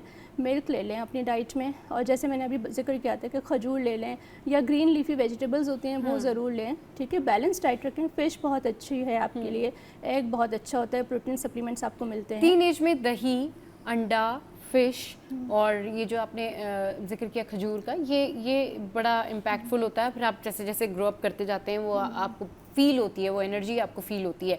अच्छा, ये बताएं कि स्प्रेडर्स जो है वो लोग बहुत ज़्यादा शौक से खाते हैं, तो ऐसे कौन से स्प्रेडर्स हैं कि शहद तो है ही, जाहिर सी बात है, अगर आप उसको स्प्रेड कर लें, तो ऐसे कौन से स्प्रेडर्स हैं जो कि अगर खाएं तो बड़ा एनर्जी मिलती है? अच्छे स्प्रेडर्स कौन से हैं शहद के अलावा? शहद तो सबसे बेस्ट है। देखिए, सबसे अच्छा तो शहद ही है, लेकिन क्योंकि हमने ये पढ़ा हुआ है कि शहद में जो वो शिफा है। ठीक है, वो आप ले लें। दूसरा आप अपने घर में भी बना सकते हैं, जैसे आप जो है वो दलिया होता है, ठीक है, आप सुबह सुबह घर में जो वो ये बना के रख सकते हैं कि मिल्क के साथ जो वो दलिया बना लें, थोड़ा सा थिक कंसिस्टेंसी, आप उसके साथ भी वो यूज़ कर सकते हैं। या आप इवन जो साबूदाना है वो आप ब्रेड के साथ वो भी यूज़ कर सकते हैं। लेकिन जो चॉकलेट्स होते हैं और जो वो बाहर जो डिफरेंट मैं ब्रांड्स का नाम तो नहीं ले सकती, वो चीज़ ठीक नहीं होती है आपके। पापड़ शापड़ ना खाया करें ज़्यादा, कुछ हेल्दी खाया करें, तो फिर आप वो आपके स्टमक को तो फिल कर लेते हैं, लेकिन वो आपको न्यूट्रिशनल स्टेटस आपको प्रोवाइड नहीं कर सकते हैं। बहुत शुक्रिया, आप हमारे शो पर आई, अपना कीमती वक्त निकाला हमारे शो के लिए। चलें जी, शो में यहाँ वक्त हुआ है हेडलाइंस ब्रेक का। हेडलाइंस ब्रेक के बाद वापस आते हैं, फिर करेंगे ढेर सारी बातें, और अब तक की जो ताज़ा तरीन तफसीलात हैं यही है कि जी वक्त कम है, मुकाबला सख्त है, जल्दी जल्दी जाके अपने जानवर ले लें, और साथ साथ जो है पहले से ही अपने कसाई जो है वो तय कर लें, क्योंकि जैसे जैसे अपडेट्स आएंगी हम आपके साथ में शेयर करते जाएंगे। Will take a short break है। Welcome back. तो भाई अब कुछ बात करेंगे हम रेमेडीज़ के हवाले से। अच्छा, ये जो रेमेडीज़ होती है ना ये लाइफ चेंजिंग होती हैं। आप यकीन करें कुछ रेमेडीज़ इतनी ज़बरदस्त होती हैं कि इंसान ये सोचता है कि ये बात मुझे पहले पता क्यों नहीं थी, ये रेमेडी मैंने पहले कर क्यों नहीं ली। मतलब बदहज़मी हो रही है, डकारें आ रही हैं, फूड पॉइजनिंग हो रही है, या फूड पॉइजनिंग से बचने के लिए, या हाजमा बेहतर करने के लिए, इन सारी चीज़ों के लिए जो रेमेडीज़ होती हैं ना ये बहुत ज़्यादा बेनिफिशियल होती हैं। तो इन्हीं सारी चीज़ों के ऊपर बात करने के लिए, और साथ साथ स्किन केयर भी, क्योंकि रानी आपा हमारे साथ मौजूद हैं और ऐसा कैसे हो सकता है कि रानी आपा मौजूद हों और मैं स्किन केयर की बात ना करूं। लेकिन पहले हम रेमेडीज़ जो है वो सेहत के हवाले से बात करेंगे और फिर उसके बाद हम स्किन केयर को डिस्कस करेंगे। रानी आपा को शो में वेलकम करते हैं। अस्सलाम वालेकुम रानी आपा, कैसी हैं आप? ठीक ठाक हैं? जी, वालेकुम अस्सलाम। अल्हम्दुलिल्लाह बिल्कुल ठीक हूँ। आप खैरियत से हैं? बिल्कुल ठीक ठाक। तैयारियां होगी है ईद की? बड़ी अल्हम्दुलिल्लाह ईद चल की। रही है, वो तो कुर्बानी तक चलेंगी। हाँ बिल्कुल बिल्कुल। बस रानी आपा, अब क्योंकि जाहिर सी बात है बड़ी ईद है तो खाने पीने के ऊपर लोगों का रुझान ज़्यादा होता है, उसी हवाले से फूड जी, पॉइजनिंग है, बदहज़मी है, स्टमक के इश्यूज़ हैं, इन्हीं चीज़ों के ऊपर आज हमने बात करने के लिए जो है वो आप कनेक्ट किया है, आपको इनवाइट किया अपने शो पे। अच्छा रानी आपा, ये बताइए कि अगर किसी को लगे कि उसको फूड पॉइजनिंग हो गई है तो उसके साइन एंड सिम्टम्स क्या होते हैं? क्योंकि यूजुअली भी लोगों को खाना हज़म नहीं होता, वो वॉक करते हैं, खाना हज़म हो जाता है। तो फूड पॉइजनिंग के साइन एंड सिम्टम्स क्या हैं और इसकी रेमेडी क्या है? देखिए फूड पॉइज़न के जो साइन एंड सिस्टम है उनमें सबसे पहले इंसान को बदहज़मी सी होती है कि खाना मुझे हज़म नहीं हो रहा, हज़म नहीं हो रहा। और पेट में जलन सी होती है, बड़ा दर्द सा होता है और उसके बाद वॉमिटिंग्स का सिलसिला शुरू हो जाता है। अभी वॉमिटिंग्स की केयर कर रहे होते हैं तो उसके साथ ही लूज़ मोशन शुरू हो जाते हैं, क्योंकि पेट में बहुत दर्द होता है, अजीब-सी घबराहट शुरू हो जाती है और यूँ ऊपर से वॉमिटिंग्स और नीचे से लूज मोशन का सिलसिला और यूं ये डायरिया की सी कैफियत हो जाती है। और बकरीद के बाद ये बहुत सीवियर हो जाते हैं हमारे हमारे मुल्क में। हॉस्पिटल्स भरे होते हैं इन केसेस से। तो बिल्कुल सबसे पहले तो चूंकि बकरीद की आमद है, आपको पता है कि ये मुसलमानों की सबसे बड़ी ईद है, ईद उल अज़हा। इस मौके पर माशाल्लाह गोश्त बहुत बहुतात से होता है और अल्लाह पाक ने हमें खाने के लिए, बांटने के लिए ये सब कुछ तोहफा दिया है। लेकिन इसमें ना एतदाल, यानी जो एक आपकी एतदाल पसंदी है ना, वो आपको हर किस्म की प्रॉब्लम से बचा लेती है। खाने में भी एतदाल बरतें, पीने में भी एतदाल बरतें, यानी कि गोश्त देख के बस दे दनादन, दे दनादन, दे दनादन। बिल्कुल ऐसा नहीं है, अपना पेट आपका है और ये गोश्त भी आपका अपना है। बहुत देखकर, सोच समझ कर और साफ-सुथरे उसूलों के मुताबिक तैयार करके आप खाएँ। सबसे ज़्यादा इस मौसम में अदरक का इस्तेमाल अपने लिए बेइंतहा लाज़िम व मंज़ूम कर लीजिए। कुदरत के खजानों में से बेहतरीन खजाना। और एक जनाब पुदीना। अपने घर में ये 2 हकीम हर वक्त आप रखिए। अगर ये 2 हकीम आपके घर के अंदर, और तीसरा हकीम है काला नमक, पुदीना और अदरक कसरत के साथ इस वक्त आप लोग खरीद के रखें। इसकी बहुत ज़रूरत होती है। अल्लाह ने जब हमारे लिए तमाम अनवाउ अक़साम किस्म की नेमतें पैदा की हैं, तो इसकी अल्लाह पाक को मालूम है कि इंसान बेसब्र है, बहुत बेसब्री के साथ हर चीज़ का इंटेक करता है। तो इसके लिए अल्लाह ताला ने हमें दवाएँ भी फ़राहम की हैं। नींबू, अदरक, पुदीना, अजवाइन, बहुत सारी ऐसी चीज़ें, इनका इस्तेमाल करना बेहद ज़रूरी है। और इनको अपने घर में आप, चूँकि अल्हम्दुलिल्लाह अब तो बिल्कुल बकरीद सर पे आ गई है, जी तो अपने घरों में इन चीज़ों का स्टॉक रखें। सही। जी। अच्छा, गोश्त ज़्यादा खाने से लोगों को थोड़ा सा घबराहट भी फील होती है, बेचैनी सी भी होती है कि वो ज़्यादा जब मीट खा रहे होते हैं, तो उसके लिए क्या हल है कि वो थोड़ा सा घबराहट ना हो, हाजमा जल्दी हो जाए? और कहना चाहिए ना कि वो उनको गोश्त खाने के बाद बहुत सारे पसीने आ रहे होते हैं, वो क्यों आ रहे होते हैं ये भी बताइएगा, और उसका क्या इलाज है? देखिए, बसियारखोरी बज़ाते खुद एक मर्ज़ है। बसियारखोरी यानी ज़्यादा खाना। जी। अब देखिए अल्लाह पाक ने, अब जो बकरीद हमारी है तो बकरे हैं, गाय हैं, भैंसें हैं, मुख्तलिफ किस्म के जानवरों का गोश्त हम लोग खाते हैं जो तमाम हलाल है। लेकिन जब निस्बतन जैसे बकरे का गोश्त है वो ठंडा होता है, ज़ूद हज़म होता है, जल्दी से गल भी जाता है और जल्दी से हज़म भी हो जाता है। और अल्लाह पाक की तरफ से बहुत तकसीर है। और इसी तरह जब ये बीफ है, यानी गाय का, भैंस का जो गोश्त है, ये थोड़ा भारी होता है और इसको एक तो गलाने में भी टाइम लगता है। जिस तरह गलने में टाइम लगता है, इस तरह हज़म करने में भी इसको टाइम लगता है। अक्सर लोगों को बड़ा गोश्त ज़्यादा इस्तेमाल करने से ब्लड प्रेशर भी हो जाता है। इसके लिए जो बेहतरीन तरीका है, जब आप गोश्त बनाएँ, कोई भी गोश्त बनाएँ, तो सबसे ज़्यादा उसमें, जैसा कि मैंने आपको बताया, कि अदरक, लहसुन और प्याज और पुदीने को डालकर, पुदीना तो ज़ाहिर ऊपर से गार्निशिंग के लिए या टेस्ट के लिए डालेंगे या चटनी बना कर रखेंगे, लेकिन अदरक, लहसुन बहुत ज्यादा इसके अंदर इस्तेमाल करें, और प्याज का इस्तेमाल गोश्त के साथ, और बहुत अच्छा गलने के बाद खाएं। ये नहीं कि जैसे अगर टिक्की भी बना रहे हैं तो अध कचरे उतारे और टेस्ट करने के बहाने आपने आधी सीखें उसी वक्त कच्ची कच्ची खा ली। इससे ना सिर्फ ये कि बदहजमी होगी, और इससे आपको यानी क्या कहना चाहिए कि बहुत सीवियर तबीयत भी खराब हो सकती है। यानी घबराहट डायरिया होती है, की बेचैनी आपको होती है, एंजाइटी भी हो जाती है। जी जी जी जी। इसमें आने लगते हैं, ऐसा लगता है यहाँ पे कुछ हो रहा है, कुछ सीने हो में रहा है, जलन हाँ होती है। हाँ हाँ, हाँ, बिल्कुल, और फिर खाने के बाद ऐसा लगता है यहाँ तक पेट हमारा भर के आया और हाँ लब तक खाना आ रहा है। हाँ, ये तमाम चीजें इसलिए कि वो आप जो जिस तरह जिस स्पीड के साथ खा रहे हैं, इतनी स्पीड के साथ आपका जो मैदा है उसको हजम नहीं कर पा रहा। तो मैदे को हजम करने के लिए टाइम चाहिए। आप प्लीज अपने पेट को, अपने मैदे को टाइम दीजिए, और उसके साथ साथ गला हुआ गोश्त खाएं। सफाई का बेहद ख्याल रखें। सही, जो गोश्त के अंदर हाँ अपना खून है हाँ, उसको अच्छी तरह धोएं कि बहुत अच्छी तरीके से जानवर का खून आपके गोश्त में से निकल जाए, और सही। गलाकर खाएं। लहसुन अदरक के इस्तेमाल को ज्यादा से ज्यादा करें। इस और इस एक हवाले से मैं बिल्कुल कंटिन्यू करते हैं रानी आपा, इस हवाले से डिस्कशन कंटिन्यू जी करते हैं। यही जी है कि जी भाई हाजमा कैसे मुमकिन है। ये बड़ी ईद जो है इसके ऊपर बहुत सारे लोगों को बदहजमी हो जाती है क्योंकि वो ज़्यादा गोश्त खाते हैं। अब ये ज़्यादा गोश्त क्या है, मतलब आप अब थोड़ा सा ज़्यादा खाते हैं या आप थ्रू आउट बहुत सारा मीट यूज़ कर रहे हैं, तो उसके तो जाहिर सी बात है फिर आपको प्रॉब्लम होगी। लेकिन इन सारी चीज़ों के ऊपर बात करेंगे छोटी सी ब्रेक के बाद।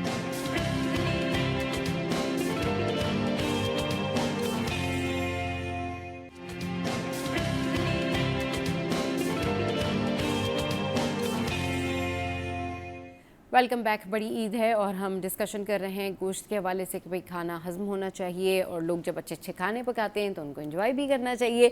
अच्छा जी, गोश्त को किस तरह से फ्रीज़ करें, इसका सही तरीका इस्तेमाल क्या है, और कब तक गोश्त जो है उसको फ्रीज़र किया जा सकता है, रानी आपा हमारे साथ मौजूद हैं, उनसे पूछते हैं।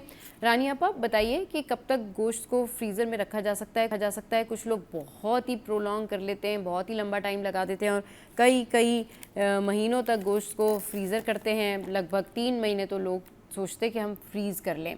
तो गोश्त को फ्रीज़ करने का तरीका, गोश्त को इस्तेमाल करने का तरीका, और जो फ्रेश मीट है उसको धो के सालन बनाने का बेहतरीन तरीका बताइएगा।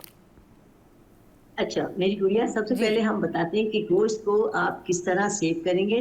देखिए, मैं समझती हूँ कि बकरा ईद का गोश्त 30 दिन तक आप कर सकते हैं, जो आपके लिए बहुत फायदेमंद भी होगा। 1 महीना आप रखें, हाँ और रखने का तरीका भी मैं आपको बताती हूँ। लोग अपने जो पैकेट्स हैं उनको निकालते हैं, अपने फ्रीजर में फ्रीज करने के लिए रख देते हैं। बहुत ज्यादा जब उनको पकाना है वो पैकेट निकालते हैं, फिर उसको डिफ्रॉस्ट करते हैं, उसमें घंटों लग जाते हैं। जाहिर है उसमें इतनी बर्फ जमी होती है, फिर उसमें से जितना हिस्सा निकालना हो वो निकालते हैं, बाकी फिर फ्रीज कर देते हैं। मैं आपको एक इसका बहुत ही आसान तरीका बताती हूँ कि किस तरह आपका गोश्त आपके लिए बहुत ही बेनिफिशियल हो सकता है। सही। आपको क्या करना है कि जब आपका कुर्बानी का गोश्त बन जाएगा, सबसे पहले तो आपको जो बांटने के हिस्से हैं वो आप बांटिए। अच्छा, बांटने का तरीका क्या है कि जो आपका गोश्त बनता रहता है ना, उसको पंखे, बहुत ज्यादा पंखों के अंदर रखिए कि गोश्त आपका खुश्क होता जाए, नर्म ना हो, और इतना खुश्क हो जाए कि जब आप बांटने के लिए गोश्त के पैकेट्स बना रहे हैं या प्लेट्स में देते हैं, जो भी आपके घर का तरीकाकार है, लेकिन बेस्ट तरीका ये है कि गोश्त को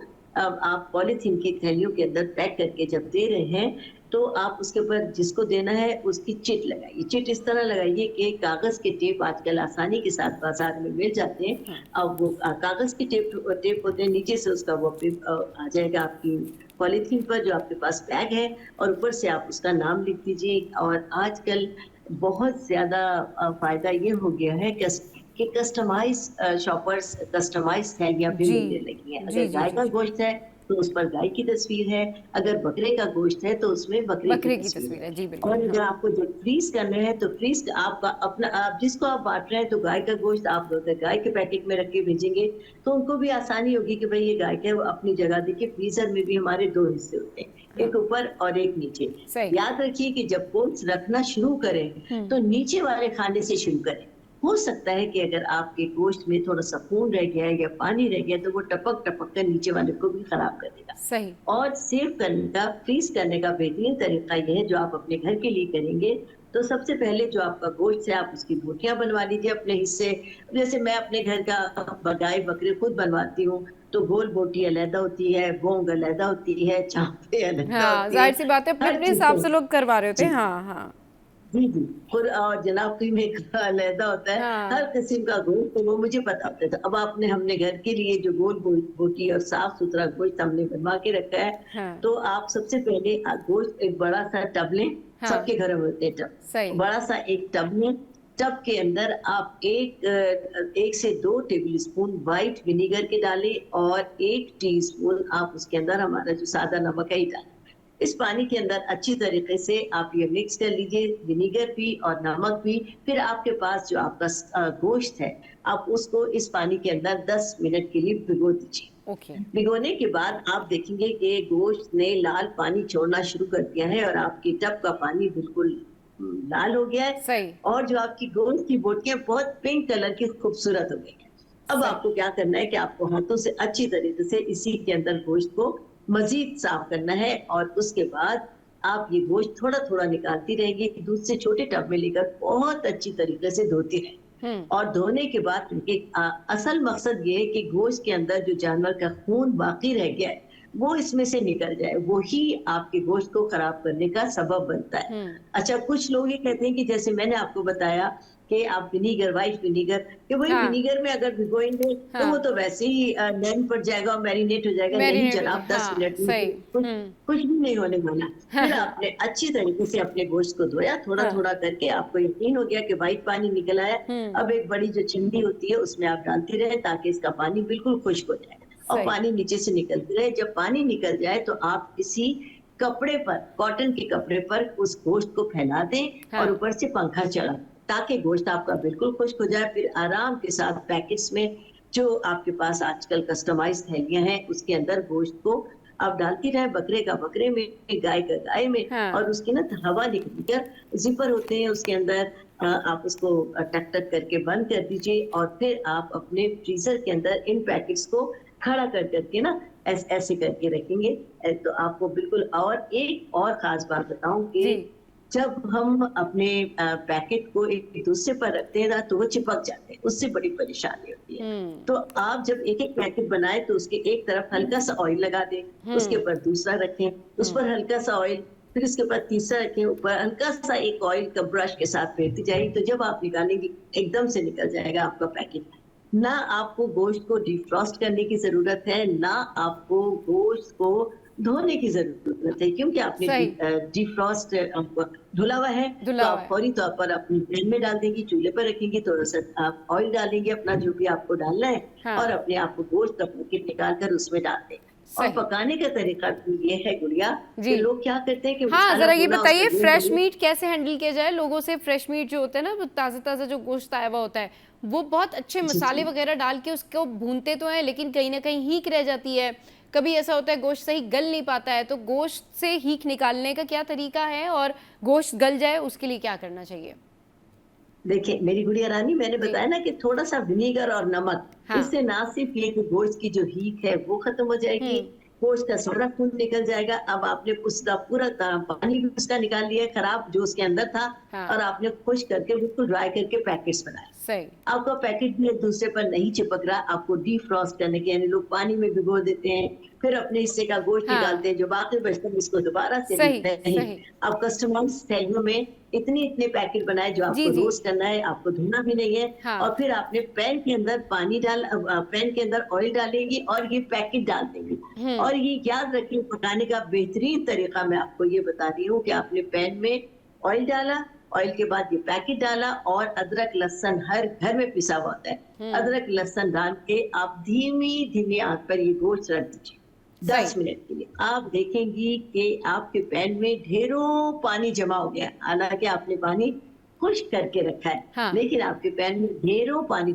जमा हो गया है। आप बिल्कुल परेशान ना होइए, और अब तेज आंच कर दीजिए कि आपके जो पैन का पानी है वो जल्दी से खुश्क हो जाए, गोश्त की मौजूदगी में, गोश्त भी उसी के अंदर हो। सही। अब आप एक दूसरी पतीली में मसाला डालें, लेकिन आप लोग डालें, हम तो देखिए इसी तरह करते हैं कि हमने जो ये पानी निकला है इसी के अंदर लहसुन अदरक तो डाला हुआ है, हाँ हमें जितनी मिर्चें डालनी है, जितनी हल्दी डालनी है, जितना धनिया डालना है, इसमें हम डाल देंगे। और जरा साबुत जरा सा गरम जी। मसाला डाल के हम सही। इसमें छोड़ देते हैं, उनमें पानी खुश्क होता रहता है और इसी में हमारा मसाला भुनता रहता है। देखिए कुछ सालनों में टमाटर डलते हैं और हाँ, कुछ में दही, ये सही। डिफरेंट होते हैं। चूंकि मैं दिल्ली वाली हूँ, मेरे खाने का स्टाइल बिल्कुल डिफरेंट है।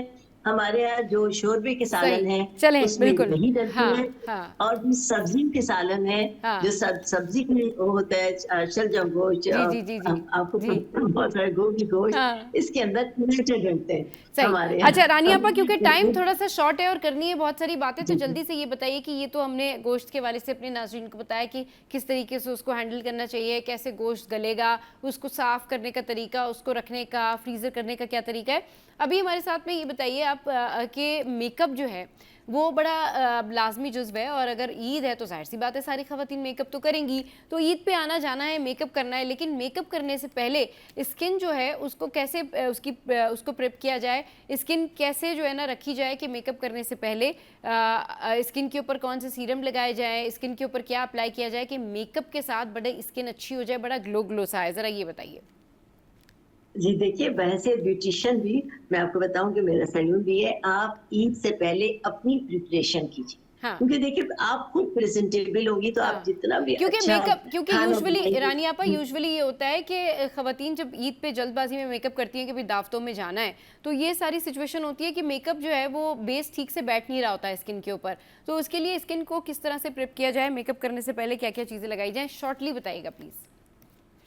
जी, मैं आपको बता दूँ कि हाँ, सबसे पहले आप लोग तमाम ख़वातीन घरेलू तौर पर अपने फेशियल को कभी भी गैर ज़रूरी मत समझें। अगर आपके करीब भी कोई पार्लर है, तो हाँ। आप वहाँ जाके कराइए। अदरवाइज़ मैं आपको बता देती हूँ कि अपनी स्किन को आप ईद हो, बकरीद हो, कहीं जाना है, कोई भी ख़ास मौका है, आप तो मेरी महफ़िल होनी चाहिए ना हर जगह। तो हाँ। इसके लिए एक आसान सी रेमेडी ये है कि बेसन ले लें, हर घर में होता है। 1 हुँ। चम्मच आप बेसन लीजिए, बेसन के अंदर आधा नींबू, थोड़ा-सा बेकिंग पाउडर, हमारे घर सबके घर में होता है, या मीठा सोडा 1 हाँ, चुटकी, आप उसके अंदर मिला लीजिए बेसन, और आपने उसमें लिया आधा नींबू, और हाँ। उसके अंदर 1 चुटकी आपने बेकिंग पाउडर डाला, और थोड़ी-सी दही की एक बेहतरीन सा पेस्ट बन जाए। उसके बाद आप इसको अपने बालों को टाइप करने के बाद अपने फेस पर 10 मिनट के लिए अप्लाई कर दीजिए, हाँ, और 10 मिनट के बाद आप ये देखेंगे कि आपका चेहरा हल्का-हल्का ड्राई होना शुरू हो जाएगा। और ड्राई होना कहाँ से पता चलेगा? देखिए यहाँ तो हमें पसीना आता रहेगा, लेकिन जो बाकी हिस्सा है, यहाँ से ड्राई होना, खुश्क होना शुरू हो जाएगा। बस आप फ़ौरन अपने हाथों को दही के साथ दोबारा गीला कीजिए और अपने हाथों से अच्छा-सा बहुत नर्म हाथों से मसाज कीजिए।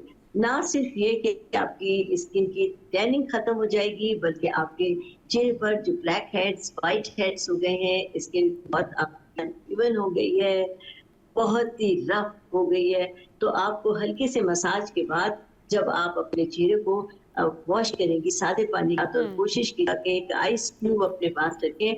वॉश करने के बाद एक आइस क्यूब लेकर अपने चेहरे पर अच्छे तरीके से मल लीजिए कि जब तक वो आइस क्यूब पूरी तरीके से मेल्ट ना हो जाए। सही। उसके बाद अब अपना चेहरा शीशे में देखिएगा, आपको बहुत खूबसूरत लगेगा। और सबसे बड़ी बात ये है हुँ। कि जब आप अगले दिन या दूसरे तीसरे दिन तक चूल्हे के पास जाती रहेंगी तो आपकी स्किन खराब नहीं होगी, और जब आप मेकअप करेंगी तो उस वक्त भी मेकअप के लिए भी आपकी स्किन तैयार होगी, क्योंकि हाँ, आपकी स्किन अंदर से भी कूल डाउन हो चुकी है, आपने जो बर्फ की आइसिंग की है। तो हाँ। अपने चेहरे को हमेशा इसी तरह करें, और गर्मी के मौसम में बहुत हैवी मेकअप ना करें।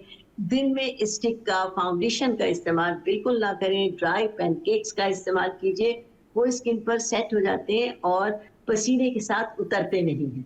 सही। और लाइट मेकअप कीजिए, हाँ, और अपने आप को प्रेजेंटेबल करिए। और चलिए। रात के वक्त आप डार्क मेकअप भी कर सकते हैं, अगर कहीं सहूलत है तो स्टिक और फाउंडेशन का सही। इस्तेमाल कर सकते हैं। अदरवाइज दिन में आपको जहाँ जाना है वाटर बेस का इस्तेमाल कीजिए, चलें जी। इंशाल्लाह जबरदस्त रहेगी आपकी स्किन। चलें जी रानी आपा, बहुत एक शुक्रिया। मैं और बात जी, जी, करना बोलिए, चाहूंगी बोलिए, बोलिए। चाहूंगी जी, जी, कि बोलिए। जिन लोगों को खुदा न खास्ता डायरिया हो जाएगा या डायरिया हो जाता है, एक बहुत ही आसान रेमेडी बता रही हूँ, और जी, उससे जी। बचने के लिए भी कि क्योंकि सब लोगों के घरों में प्यास होती है। अगर किसी बच्चे, बड़े, बूढ़े की ऐसी पोजीशन हो गई है कि आपको इंडिकेटर है कि बस डायरिया होने वाला है, वॉमिटिंग शुरू हो गई, पेट में दर्द शुरू हो गया, हाँ। तो जनाब एक छोटी सी प्याज का जूस निकाल लीजिए अपने जूसर में, या अच्छी तरीके से कद्दूकश पे कर लेते हैं ना, जी, जी, जी, इसको जी, कश कर बिल्कुल, लेते हैं, हाँ। तो फिर प्याज़ जब का जूस, निकलेंगे हाँ, तब इन हाँ।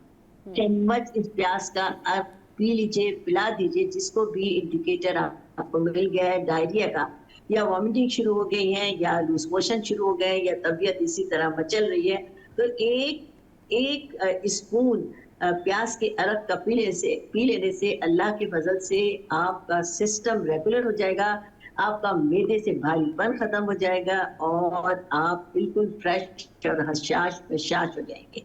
इसके अलावा एक चीज ये और बता दूं कि पुदीने का इस्तेमाल कसरत के साथ कीजिएगा, और जिन लोगों को हल्की सी बदहजमी फील हो रही है वो अपनी डाइनिंग टेबल पर भी फ्रेश पुदीना जरूर रखें और चंद पत्तियां पुदीने की लेकर मुंह में चबाएं और चबाने के बाद पानी के साथ उसको निकाल लीजिए। अल्लाह के फजल से बिल्कुल बदहजमी नहीं होगी, बिल्कुल वॉमिटिंग्स नहीं होंगी, बिल्कुल डायरिया नहीं होगा। इस बकरीद के मौके पर इंशाल्लाह मुझे याद रखिएगा, ये दोनों चीजें प्याज के जूस और पुदीने की ताजा पत्तियां आपको इंशाअल्लाह ताला बहुत हेल्दी रखेंगी। आपके ना मैदे में कोई प्रॉब्लम होगी, ना एसिडिटी होगी और ना वॉमिटिंग्स आएंगी, ना पेट में दर्द होगा, ना डायरिया होगा। पानी का इंटेक हद से ज्यादा रखिए, गोश्त को बहुत साफ सुथरे तरीकों से बनाकर इस्तेमाल कीजिए और गलावट के साथ इस्तेमाल कीजिए। गलाने का बेहतरीन तरीका या तो कच्चा पपीता डाल दें या व्हाइट विनीगर में थोड़ी देर के लिए अपने गोश्त को भिगो दें, तो जल्दी से वो नरम पड़ जाएगा और जल्दी से गल जाएगा। ज्यादा इस मसालों का इस्तेमाल हरगिज मत कीजिएगा और अल्लाह के फजल से अल्लाह पाक आपकी ये बहुत अच्छी खुशियों के साथ गुजारे और ये दोनों रेमेडीज अपने इस्तेमाल में रखिएगा। चलें जी, बहुत शुक्रिया रानिया आपा, आपकी कीमती वक्त के लिए। बहुत अच्छी अच्छी रेमेडीज़ उन्होंने आज हमारे शो पर शेयर की। चलिए जी, शो में यह वक्त एक ब्रेक का, ब्रेक के बाद फिर आपको एक और अहम पर्सनैलिटी से मिलवाएंगे और मौजूद ख़ास पर गुफ्तगू होगी। Welcome back. तो भाई अब बात करेंगे हम आज के ख़ास दिन के हवाले से। अब आजकल जो ये दिन चल रहे हैं ना, ये वो इबादत के दिन हैं, दुआओं के दिन हैं, ये वो ख़ास दिन हैं कि जिन दिनों में दुआएं मांगनी चाहिए। और हज के हवाले से बात करेंगे हम। इसके अलावा हम ईद कुर्बा की अहमियत के हवाले से बात करेंगे कि ये जो बड़ी ईद है, ईद उल अज़हा, इसकी कितनी अहमियत है और ये जो ओवरऑल ये जो दिन है, ये जो हज का जो ये महीना आता है, हज का ये जो दिन है, ये कितना मुबारक दिन होता है। इस दिन दुआओं की कबूलियत के हवाले से हम बात करेंगे और साथ साथ ये जो हज है हमें क्या पैगाम देता है, यूनिटी का पैगाम देता है, भाईचारे का पैगाम देता है। दुनिया भर से मुसलमान जो हैं वो जमा होते हैं और फिर हज की सादत उनको नसीब होती है और ये पूरी दुनिया के लिए एक ऐसा मैसेज है कि वो पूरी दुनिया को हिला देने वाला मैसेज है। ये देखिए कि पूरी दुनिया से जो मुसलमान हैं मुख्तलिफ़ कंट्रीज़ से जाते हैं, मुख्तलिफ़ फैमिलीज़ से जाते हैं, वहाँ पर जमा होते हैं, यूनिटी के साथ अपनी इबादत करते हैं, रंगो नस्ल से परे यानी बहुत दूर जो है वो एक होकर वहाँ पर अल्लाह को मानते हैं, अल्लाह की इबादत करते हैं। और ये जो पैगाम जाता है ये बड़ा स्ट्रॉन्ग मैसेज है। आम दिनों में भी अगर मुसलमान इसी तरीके से भाईचारे से रहें तो बहुत सारे इसके फ़ायदे हो सकते हैं। और आज के दिन की मुनासबत से, इन 10 दिनों की अहमियत के हवाले से और इसके अलावा ईद कुर्बा की अहमियत के हवाले से बात करने के लिए हमारे साथ जो है मौलाना सादिक नक्शबंदी साहब इस वक्त मौजूद हैं। उनको वेलकम करते हैं। अस्सलाम वालेकुम मौलाना साहब, कैसे हैं आप? ठीक है अल्हम्दुलिल्लाह। मौलाना साहब, हज की अहमियत, आज के दिन क्या दुआएं मांगनी चाहिए और ओवरऑल इन 10 दिनों में क्या इबादत लोगों ने जो की होंगी, जाहिर सी बात है वो, लेकिन इन ख़ास दिनों में क्या इबादत करनी चाहिए और ईद उल अज़हा की अहमियत के हवाले से बात कीजिए। देखिए, सबसे पहली बात अगर हम इसको ले लें कि ये रातें, ये दिन की अहमियत क्या है, हाँ, तो सबसे पहली बात तो ये है कि कुरान ने फरमाया वलयालिन अशर के 10 रातों की कसम। सारी कायनात अल्लाह की कसम खा रही है। क्यों खाती है? ताकि अपनी बात की ताईद और ताकीद करवाना चाहती है। हाँ। और अल्लाह अब किसी रात की कसम खा रहा है तो उसकी अज़मत को बताना चाह रहा है कि वो रात कोई आम रात नहीं है। उन रातों से मुफस्सिरीन से पूछा वो 10 रातें कौन सी हैं, वल फज्र वलयालिन अशर, कि फ़जर की कसम और 10 रातों की कसम मुफस्सिरीन से पूछा तो फरमाया वो ज़िलहज की 10 रातें हैं। तो इसका मतलब ये हुआ कि पहली तारीख़ से लेकर, पहली ज़िलहज से लेकर 10 ज़िलहज तक ये रात बड़ी अज़मत वाली रात है जिसकी अल्लाह कसम फरमा रहा है। और फिर हुजूर ने फरमाया कि इस रात में किसी एक रात भी अगर कोई इबादत करता है तो उसको अल्लाह शब क़दर का सवाब अता फरमाता है। अब इस बात से आप मेरी बहन अंदाज़ा करें कि वहाँ रमज़ानुल मुबारक में आपको एक रात शब क़दर के लिए आप 10 दिन एहतिकाफ में बैठ रहे हैं और जो 10 दिन एहतिकाफ में नहीं भी बैठ रहा है तब भी वो ताक रातों में तलाश कर रहा है 21, 23, 25, 27, 29 में कि इन रातों में कोई एक रात शब कदर मिले। यहाँ तो हुजूर ने कहा कि हर रात में जो इबादत करे वो उसके लिए शब कदर का सवाब है। तो अब इससे इस रातों की जो शब जो है वो ज़िलहज की रातों की अहमियत उजागर हो जाती है। एक बात तो ये सही। दूसरी बात यह है कि अगर दिन के हवाले से हुजूर ने फरमाया इन आज़मल अय्याम इंदल्लाहि यौमुन नहर, हुजूर ने फरमाया कि दिनों में सबसे अजीम दिन अल्लाह के नज़दीक जो है वो कुर्बानी का दिन है, यानी ईद का दिन है, ईद उल अज़हा का दिन है। अब यहाँ आप अगर रातों के हवाले से देखते हैं तो वहाँ हमारे यहाँ शब बरत है, शब कदर है, शब मेराज है, शब जुमा है, जो ख़ास रात है तो हम उसका बड़ा अहतमाम करते हैं। उस अहतमाम के अंदर वो शब कदर की रात आई, शब मेराज है, शब बरत है, उस रात हमारे यहाँ सलात तस्बीह भी हो रही है, ज़िक्र भी हो रहा है, दुआएं भी हो रही हैं, स्पीच वगैरह भी हो रही हैं, नात भी हो रही है, इस्तिग़फ़ार भी हो रहा है और जो है अल्लाह के बारगाह में तौबा भी हो रहा है। सारी रात गिड़गिड़ा रहे हैं वो, चूँकि वो ख़ास रात है, बड़ी अज़मत वाली रात है। तो दिनों के हवाले से हुज़ूर ने फरमाया इन्न आज़मल अय्याम इंदल्लाहि यौमुन नहर, तमाम दिनों में सबसे अजीम दिन जो है अल्लाह के नज़दीक जो है वो ईद उल अज़हा यौम नहर का दिन है। और उस दिन हमारे यहाँ वो प्रोटोकॉल नहीं है जो होना चाहिए। वहाँ मैंने जैसे मिसाल दी कि शब मेराज है, शब कदर, हम कितना एहतमाम कर रहे हैं। या इस दिन हम ईद की नमाज़ पढ़ रहे हैं, ये बड़ा शुक्र है अल्हम्दुलिल्लाह, ये पढ़ रहे हैं, सुबह उठकर फजर पढ़ी ना पढ़ी मगर ईद पढ़ रहे हैं। दूसरा ये है कि वो उस दिन हमने कुर्बानी कर ली, वो कुर्बानी हमने कर ली, वाह वाह हमने बड़ा कर दिया, अच्छी बात है, अल्हम्दुलिल्लाह हुक्म इलाही की ताअत की, बड़ी अच्छी बात है। मगर उसके बाद फिर जो हम उस तरफ आ जाते हैं, जो हम फिस्क व फुजूर की तरफ, जो हम जो है वो लहव व लईब की तरफ आ जाते हैं, जबकि हुजूर अलैहिस्सलातु वस्सलाम ने इन दिनों के हवाले फरमाया कुलू वशरबू, खाओ पियो, और फरमाया अल्लाह का जिक्र करो। तो इसका मतलब ये हुआ कि अगर दिन रातों में अगर बड़ी अहमियत वाली रात है तो दिन में सबसे अजीम दिन हुजूर ने यौमुन नहर को कहा। तो इन दिनों में खाया जाए, कुर्बानी का गोश्त खाया जाए, पिया जाए, इसके साथ साथ ये है अल्लाह के ज़िक्र के साथ गुजारा जाए, अल्लाह के ज़िक्र के साथ गुजारा जाए, उसकी बरकत को भी। जैसे अब कल का दिन हमारे जो आ रहा है, कुर्बानी तक तो हम चलो हुक्म इलाही पर चल रहे हैं, उसके बाद जो फिर हमारे यहाँ जो लहव व लईब चलेगा, ड्रामे चलेंगे, शोज़ चलेंगे, ये सब अल्लाह की नाफरमानियों वाले काम चलेंगे। तो ऐसी सूरत में फिर वो वहाँ शब मेराज में, शब कदर में हम बड़ा अहतमाम कर रहे हैं इबादत की तरफ, तो यहाँ पर भी हम खाएँ पिएँ, खुशियों का इजहार करें, मगर उसको अल्लाह की इताअत के मुताबिक करें। एक बात। दूसरी बात यह है, मेरी बहन मैं अर्ज़ करूँगा, जब बात आती है खुशी की और बात आती है गमी की, गमी में तो हम अल्लाह की तरफ हो जाते हैं। जैसे कभी किसी के यहाँ मैयत का हुआ, किसी के यहाँ अगर किसी की मैयत का हुआ तो वहाँ हम दुआएं भी मांग रहे हैं, दुख है, वहाँ हम जो है कुरान की तिलावत भी कर रहे हैं, ईसाले सवाब भी कर रहे हैं, मगर खुशी आ जाती है तो हम ऐसे फट जाते हैं कि बस जो है बेलगाम हो गए। तो हम मुसलमानों को चाहिए कि मुसलमान का माना सले तस्लीम खम करना, कि वो अपनी अपनी ख्वाहिश को नहीं, अल्लाह की इताअत को देखते हुए उसकी मुताबिक वो लिमिट के अंदर खुशी को मनाए ताकि अल्लाह की रज़ा हासिल हो जाए। बिल्कुल ठीक कह रहे हैं कि अच्छा आपने बहुत बहुत अच्छा मैसेज दिया है मौलाना साहब। अच्छा मौलाना साहब ये बताइए कि जहाँ पर हम कुर्बानी करते हैं बड़ी अच्छी बात है, वहीं पर इस दिन दूसरों का ख्याल रखना कितना ज़रूरी है। वो लोग जो अपने मुंह से कह नहीं सकते कि भाई वो ज़रूरतमंद हैं, या जिनको कहते हैं वाइट कॉलर या सफ़ेद पोश लोग, इस तरह से उनकी मदद कर देना। क्योंकि कुछ लोग क्या करते हैं, कुर्बानी करते हैं और सारा का सारा गोश्त जो है वो खुद मतलब वो कम देते हैं या कम बांटते हैं, और वो सारा का सारा गोश्त जो है अपने फ्रीज़र्स में रख लेते हैं, और फिर वो शायद उनके काम भी ना आए क्योंकि इतना टाइम गुजर जाता है, कभी कभी गोश्त उनका ख़राब भी हो जाता है। तो दूसरों के हुकूक का ख्याल रखना कितना ज़रूरी है? असल में देखें, सबसे बड़ी बात यह है कि यहाँ मैं अर्ज़ करूँगा कि असल में एक तरफ तो हम कुर्बानी कर रहे हैं, और हुज़ूर अलैहिस्सलाम ने फरमाया मा अमिल इब्नु आदम मिन अमल यौमिल नहर अहब्बु इलल्लाहि तआला मिन इहराक़िद दम व इन्नहु लयअती यौमल क़ियामति बिक़ुरूनिहा व अशआरिहा व अज़लाफ़िहा। हुज़ूर ने कहा कि बनी आदम का अल्लाह की बारगाह में जो खून का बहाना, अल्लाह को उस दिन उससे बड़ा महबूब अमल कोई नहीं है। तो अब पता ये चला कि अगर कोई उस दिन यौम नहर के दिन में कोई करोड़ रुपए दे रहा है, कोई बड़ा मदरसा बना रहा है, बड़ा स्कूल बना रहा है, यतीमों को दे रहा है, सब कुछ कर रहा है, भाई बेवाओं को का आसरा बन रहा है उसको, और कोई बंदा एक जानवर लेकर ज़बह कर रहा है, तो उस दिन उससे बढ़कर कोई अमल नहीं है खून बहाना, ज़बह करना, कुर्बानी करना। अब ये जो हम कुर्बानी, तो यहाँ हमारी ये कुर्बानी असल है क्या? असल उस फ़लसफ़े को भी तो समझना है ना। वो वहाँ हम देख रहे हैं कि इब्तिदाए जो है वह हज़रत इस्माइल अलैहिस्सलाम है कि इस्माइल अलैहिस्सलाम को वो जो है ज़बीहुल्लाह, जो ज़बीहुल्लाह बने, उनको कुर्बान किया जा रहा है। वो क्या था? वो था आपकी पसंदीदा चीज़ को राह खुदा में कुर्बान करना।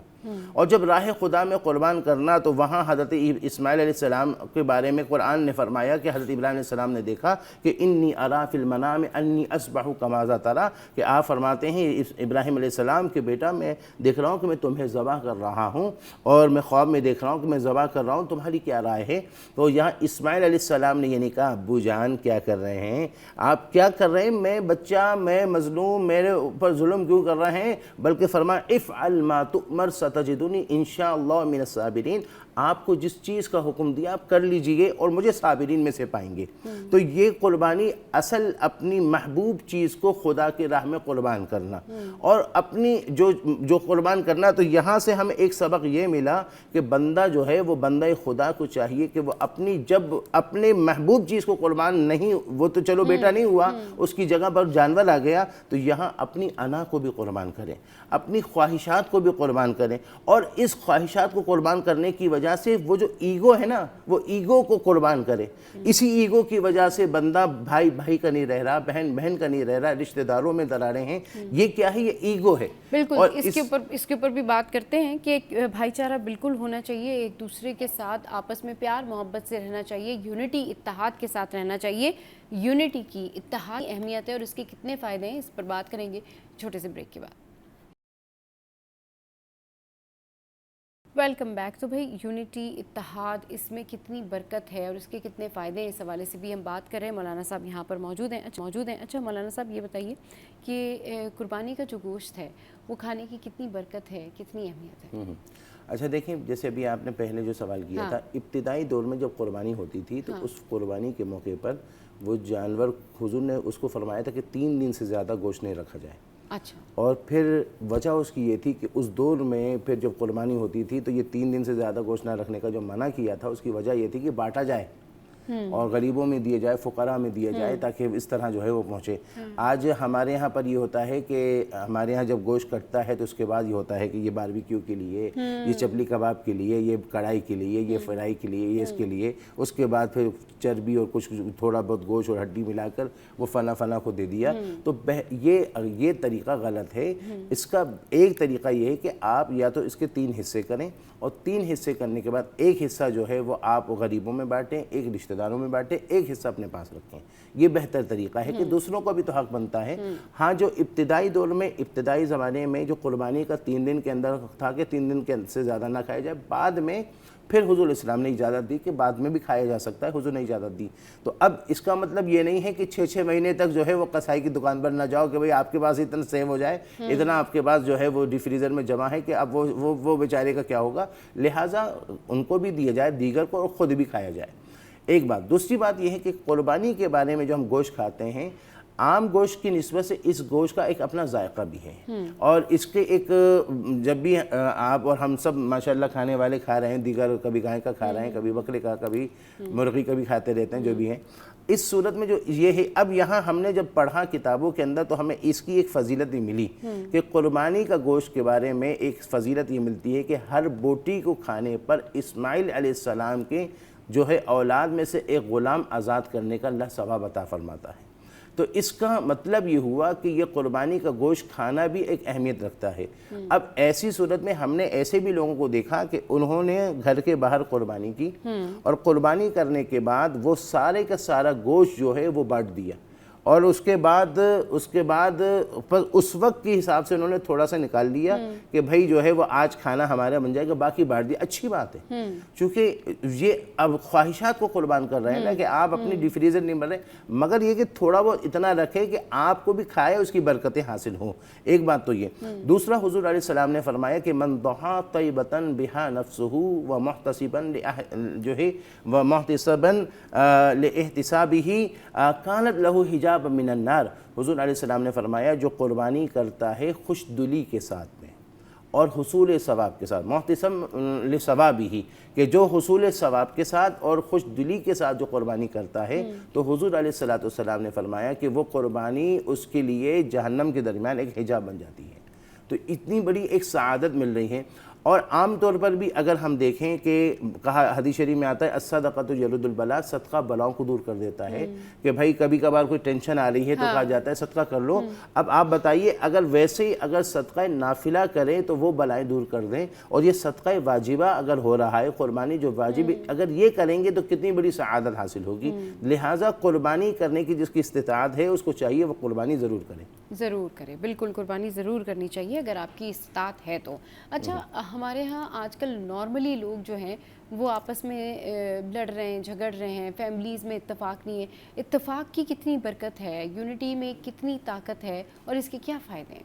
देखिए, सबसे बड़ी बात यह है कि हुज़ूर ने फरमाया कोई जन्नत में नहीं जाएगा सिवाय मोमिन के, और फरमाया मोमिन उस वक्त तक नहीं हो सकता जब तक दूसरे मोमिन भाई के दिल में मोहब्बत पैदा न करें।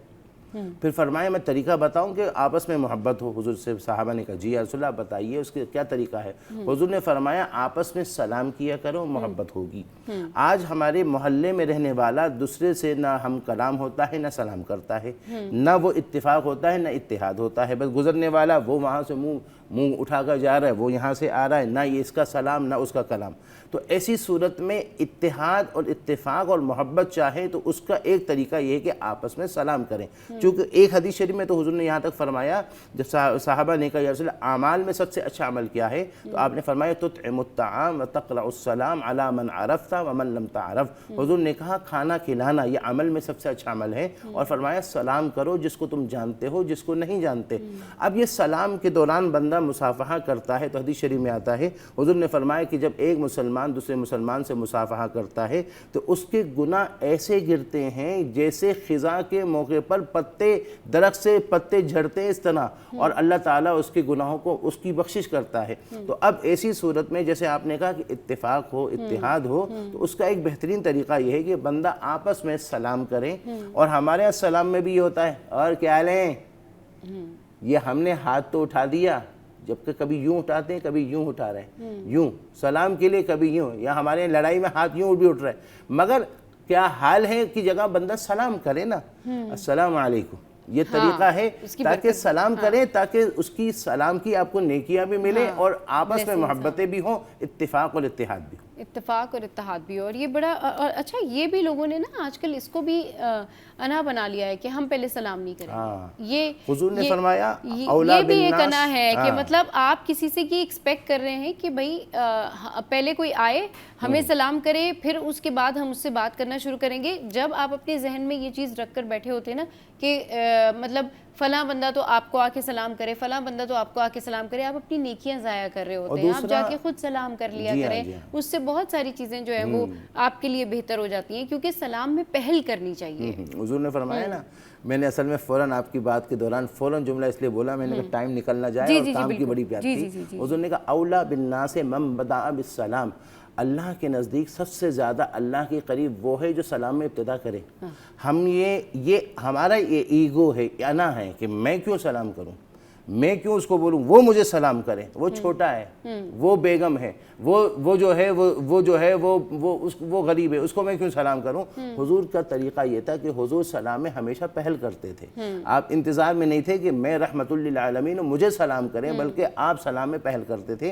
तो इससे सलाम के पहल में भी एक आज़ी का पहलू आता है, और आज़ी अल्लाह को बड़ा मतलब सोचे कि अगर आप किसी को सलाम में पहल नहीं कर रहे, या आप किसी के साथ इतना ज़्यादा हेजिटेशन फील कर रहे हैं, या आपके अंदर इतनी अना है, तो सोचें कि आपका जो कहना चाहिए ना कि इनसाइड है, यानी कि कहते हैं ना जाहिर और बातिन, वो आपका पाक होना चाहिए, एक जैसा होना चाहिए, वो कितना भारी है। मतलब लोगों के लिए आपके दिल में कितने ग्रजेस हैं, आप कितनी चीज़ें किसी के लिए लेकर बैठे हुए हैं कि आप ये भी सोच रहे हैं कि जी ठीक है उसने मुझे सलाम नहीं किया, इसने मुझे सलाम नहीं किया। तो मेरे ख्याल में ये छोटी छोटी चीज़ें जो है ना, इसी को अगर लोग दुरुस्त कर लें तो आपस में बड़ा भाईचारा हो जाए लोगों में। और दूसरी बात ये है कि जो आज का दिन है जिलहज का, यौम अरफात का दिन, वैसे कल जो है वहाँ अरफात का दिन हो गया, रुकन आज़म जो हज का था वो वहाँ अदा हो गया, मगर हमारे लिए 9 ज़िलहज आज का दिन है।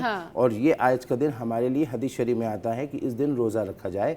हुज़ूर ने फरमाया कि इस दिन जो रोज़ा रखे, मुझे अल्लाह से उम्मीद है कि अल्लाह ताला उसके 1 साल पिछले गुनाह 1 साल अगले गुनाह माफ़ करेगा। लिहाजा जिस शख्स ने आज के दिन रोज़ा रखा, ज़हे नसीब सआदत की बात है।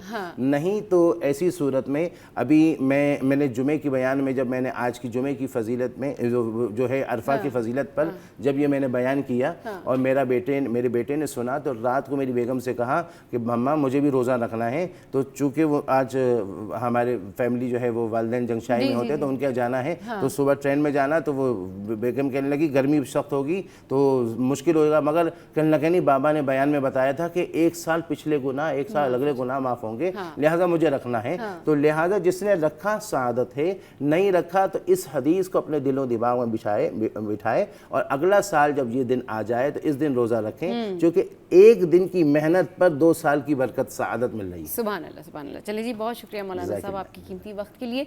शो का टाइम है और आज का शो आपको कैसा लगा है ज़रूर बताइएगा हमारी सोशल साइट पर। अच्छे से ईद गुजारिए, हंसते रहिए, मुस्कुराते रहिए, एक दूसरे का साथ दीजिए, आपस में इत्तेहाद मोहब्बत से रहिए और हुस्न सलूक करिए, एक दूसरे के साथ ज़रूर हुस्न सलूक करिए। इससे आपको ही फ़ायदा होगा, इससे आप डिप्रेशन, टेंशन और परेशानियों से दूर हो जाएंगे। बस आपको ये सोचना है कि आपने कभी किसी के लिए कुछ बुरा नहीं करना है। हंसते रहिए, मुस्कुराते रहिए, कीप वॉचिंग सीरियस।